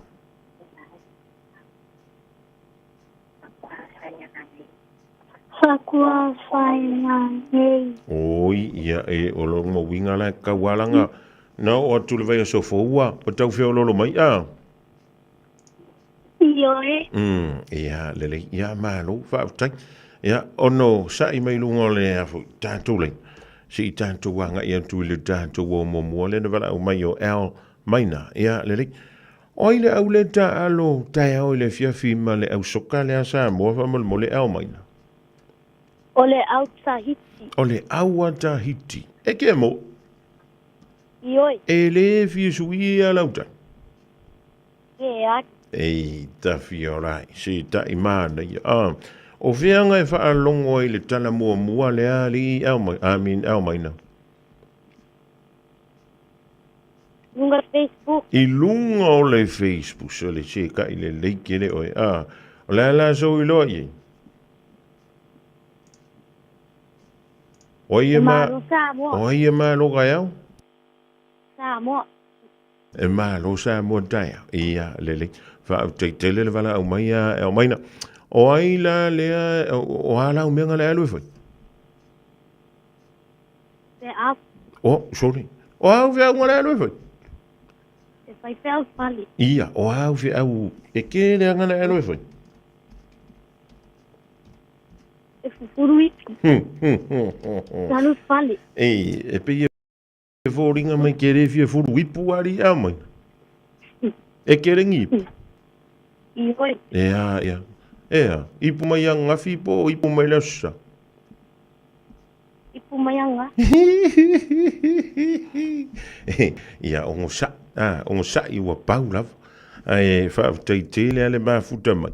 Ai, alofa te le atu mo, oi, wa ai, awara kau ai ilano ka ko ipu. Oelo. Ara whātu seo mani. Ia, alofa atu fo. Ioi. E kasi ala ufa alonga ia e maina, ma kua le fia furu ipu ase al maina le fia firingi. Ia, i onga sa vit. Ia por keli. Ia le mena e kupul mon fa apuku ipu. Ioi. Awa a fa apuku. O longa winga, e umahangi. Ola. Ioi. E pi se whaka ipu le mena he. Ioi. Ia, le le. Le sia tanto wala au. Me kairi. Me kairi? O ai voi le ta alo male au sa mo va mo le mo. Tahiti. Tahiti. Ia le le. O ai lai ma no tai au me kairi. Samoa. O Samoa. E mo ia lau ka. E le visu ia lau ta. Ia le le fa te le vala o mai. O au me ngana alo fa ia me kairi. E ailo askulimi. Uia, ailo askulimi. O le ale flavor askulimi. Malila. O le vani. O kama sa sawa. E i ma se afu. Ma se kuki pe ngā askulimi. O le Sancock. Ea, o ia we. O i, ka i mā ngai. Ia, ka i mā ngai. Ia, le le, wha te tele me kari le wala mai. Alofu tele antu mo, oe ma nana welo. Ape nā foi. Ia, le le, ia, tō whāso i fua tāntou tō i whelo ai foi. I le aso le a tai au. Ia, le le, tō i tasil tāntou wala ule lunga le nāli tamiti tālofa. Malo se mani. Ia, malo le so i fua o a mai oi. O me haftai. Tani ara. Ioi. Fi le sa o la o make so ne au. Ei. E piu ke va valo voi le pe alu vala o me malo ko ing. Ia. Oia. Ia o sa ngenu malo i loso. Hey, ele se pei. Ole a ngit. Ia, se fisa kalali i tania. E mai le o ngal dias. E masangi ya. Mea masang. Ia wa me masang isa foi ole. Ele fu. Ele tau wa o ngal dias. Fai lo vasinga sa moa. Lo dance class, mele drama class. So, ia. Ngala ia. O vasinga ka whao, a vasinga. Usanga wa ka ufaka i mea lau ko inga sa filia o ngai asola. Ngale skipi me nga sang. Ele vale angi me fai vasinga bo inga bo masuenga. Ai sa wa. Ola vo le vo i tania. Year 11. Ia, o yo le fo kwa su elo NCA level 1. Iyo. Na mai la su engol dei o le dito sang. Feo lolo. I try my best. Yeah, well, for your loud best, na sa fa. Yeah, ele ma si me tu an to le best. Iyo. Yeah, lele. O ila le ka ano masa mo ka le viu. Ole awa Tahiti. Awa Tahiti. O ila le la manumal. O Tahiti. O Tahiti. E mau ki ngoa o ru mara ko inga nge ru ka puai a Tahiti. Inga o loko inga le fai mai o Tahiti le malo. Yeah, fa ko ro ko inga. Yeah, awa fo ile fa malo so o Tahiti ka funga malo ka ku. Pa te tele taniara o ya. O ia wa ai longa la ko fi me a nga pe wo mo suang. Wo mo suang. Ia, o ala o fi a wo le dingi. O Lokalo e fai loa i o grandparents ma fai le la fea. Fai ala, sole, o le la e alu fui, o le foi la e alu i o le ko inga e ke kango i langa wale. Kau lomi pākua lo peinga. Ia, lelei, alofa tele antu I stoi ina. Ia, e whaaftai tele le wala au mai, au lau koinga, whairo koinga I ngonga whala a kuelo. Ia, le whanonga mai a. Ia, alofa antu iai ai manu ia tele le nei ia fia fitamiti. Si iwan waku I se kauka muka kurka ko masingi ne wa kaupi hain merka ko masing. Ia, ona utoi fo I mai lea. Taurunga antu tātou polokala me ali tamaiti. Ia ngali. Sau roa la koa. Ka vivi antu le tamaita I Robin a Curry. O le pese wa whaingo ina o le tupe. O le tupe e lelei. O le tupe. Ia, e bebi si fo I nis.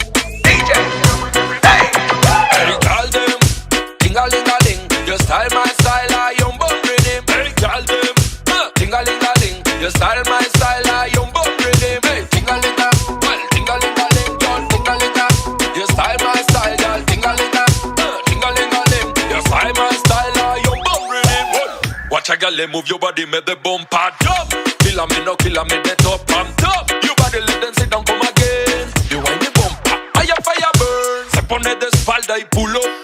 DJ don't turn the music, pull up. Bailando se me pega duro. Quiere que yo le rompa el culo, culo. A la de girls, you know that, you know that. Si te me pega su maldad, es maldad. Alita babelita, gal. Si te me aquí, you know that, you know that. Hey, girl, them.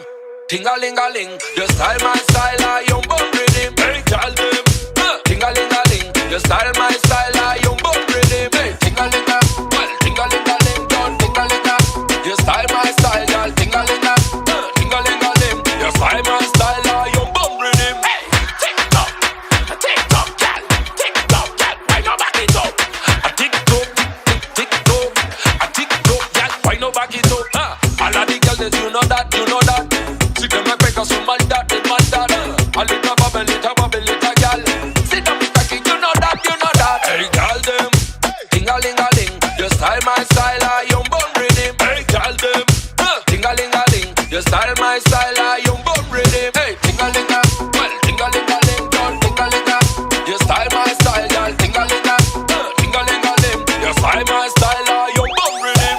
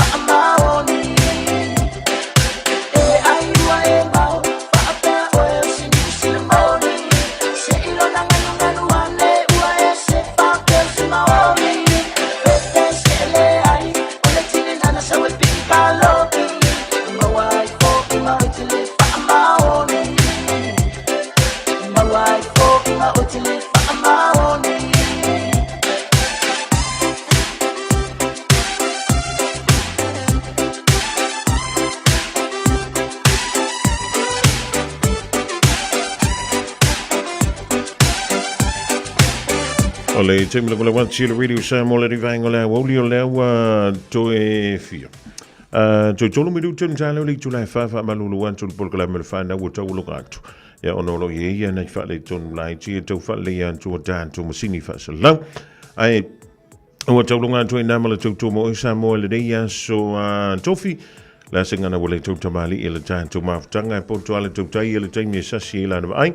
Te to le tualo o to soifua e malaman to wola le dea so a tai o la fa pele ona toe mawai fo ile o le tato mafutanga ya ilunga o le tautua mala unanga nei le radio Samoa tasilima eva tolu mo por kalam melanga ngai fo faiva le fionga ya le anto besta savea ma le tato o fenga luanga fo ile fiafine se ia lia e se taimi o le poana nei le to ona o fonga mua po se manu alofa tele antu manuia le fiafi fa soifuia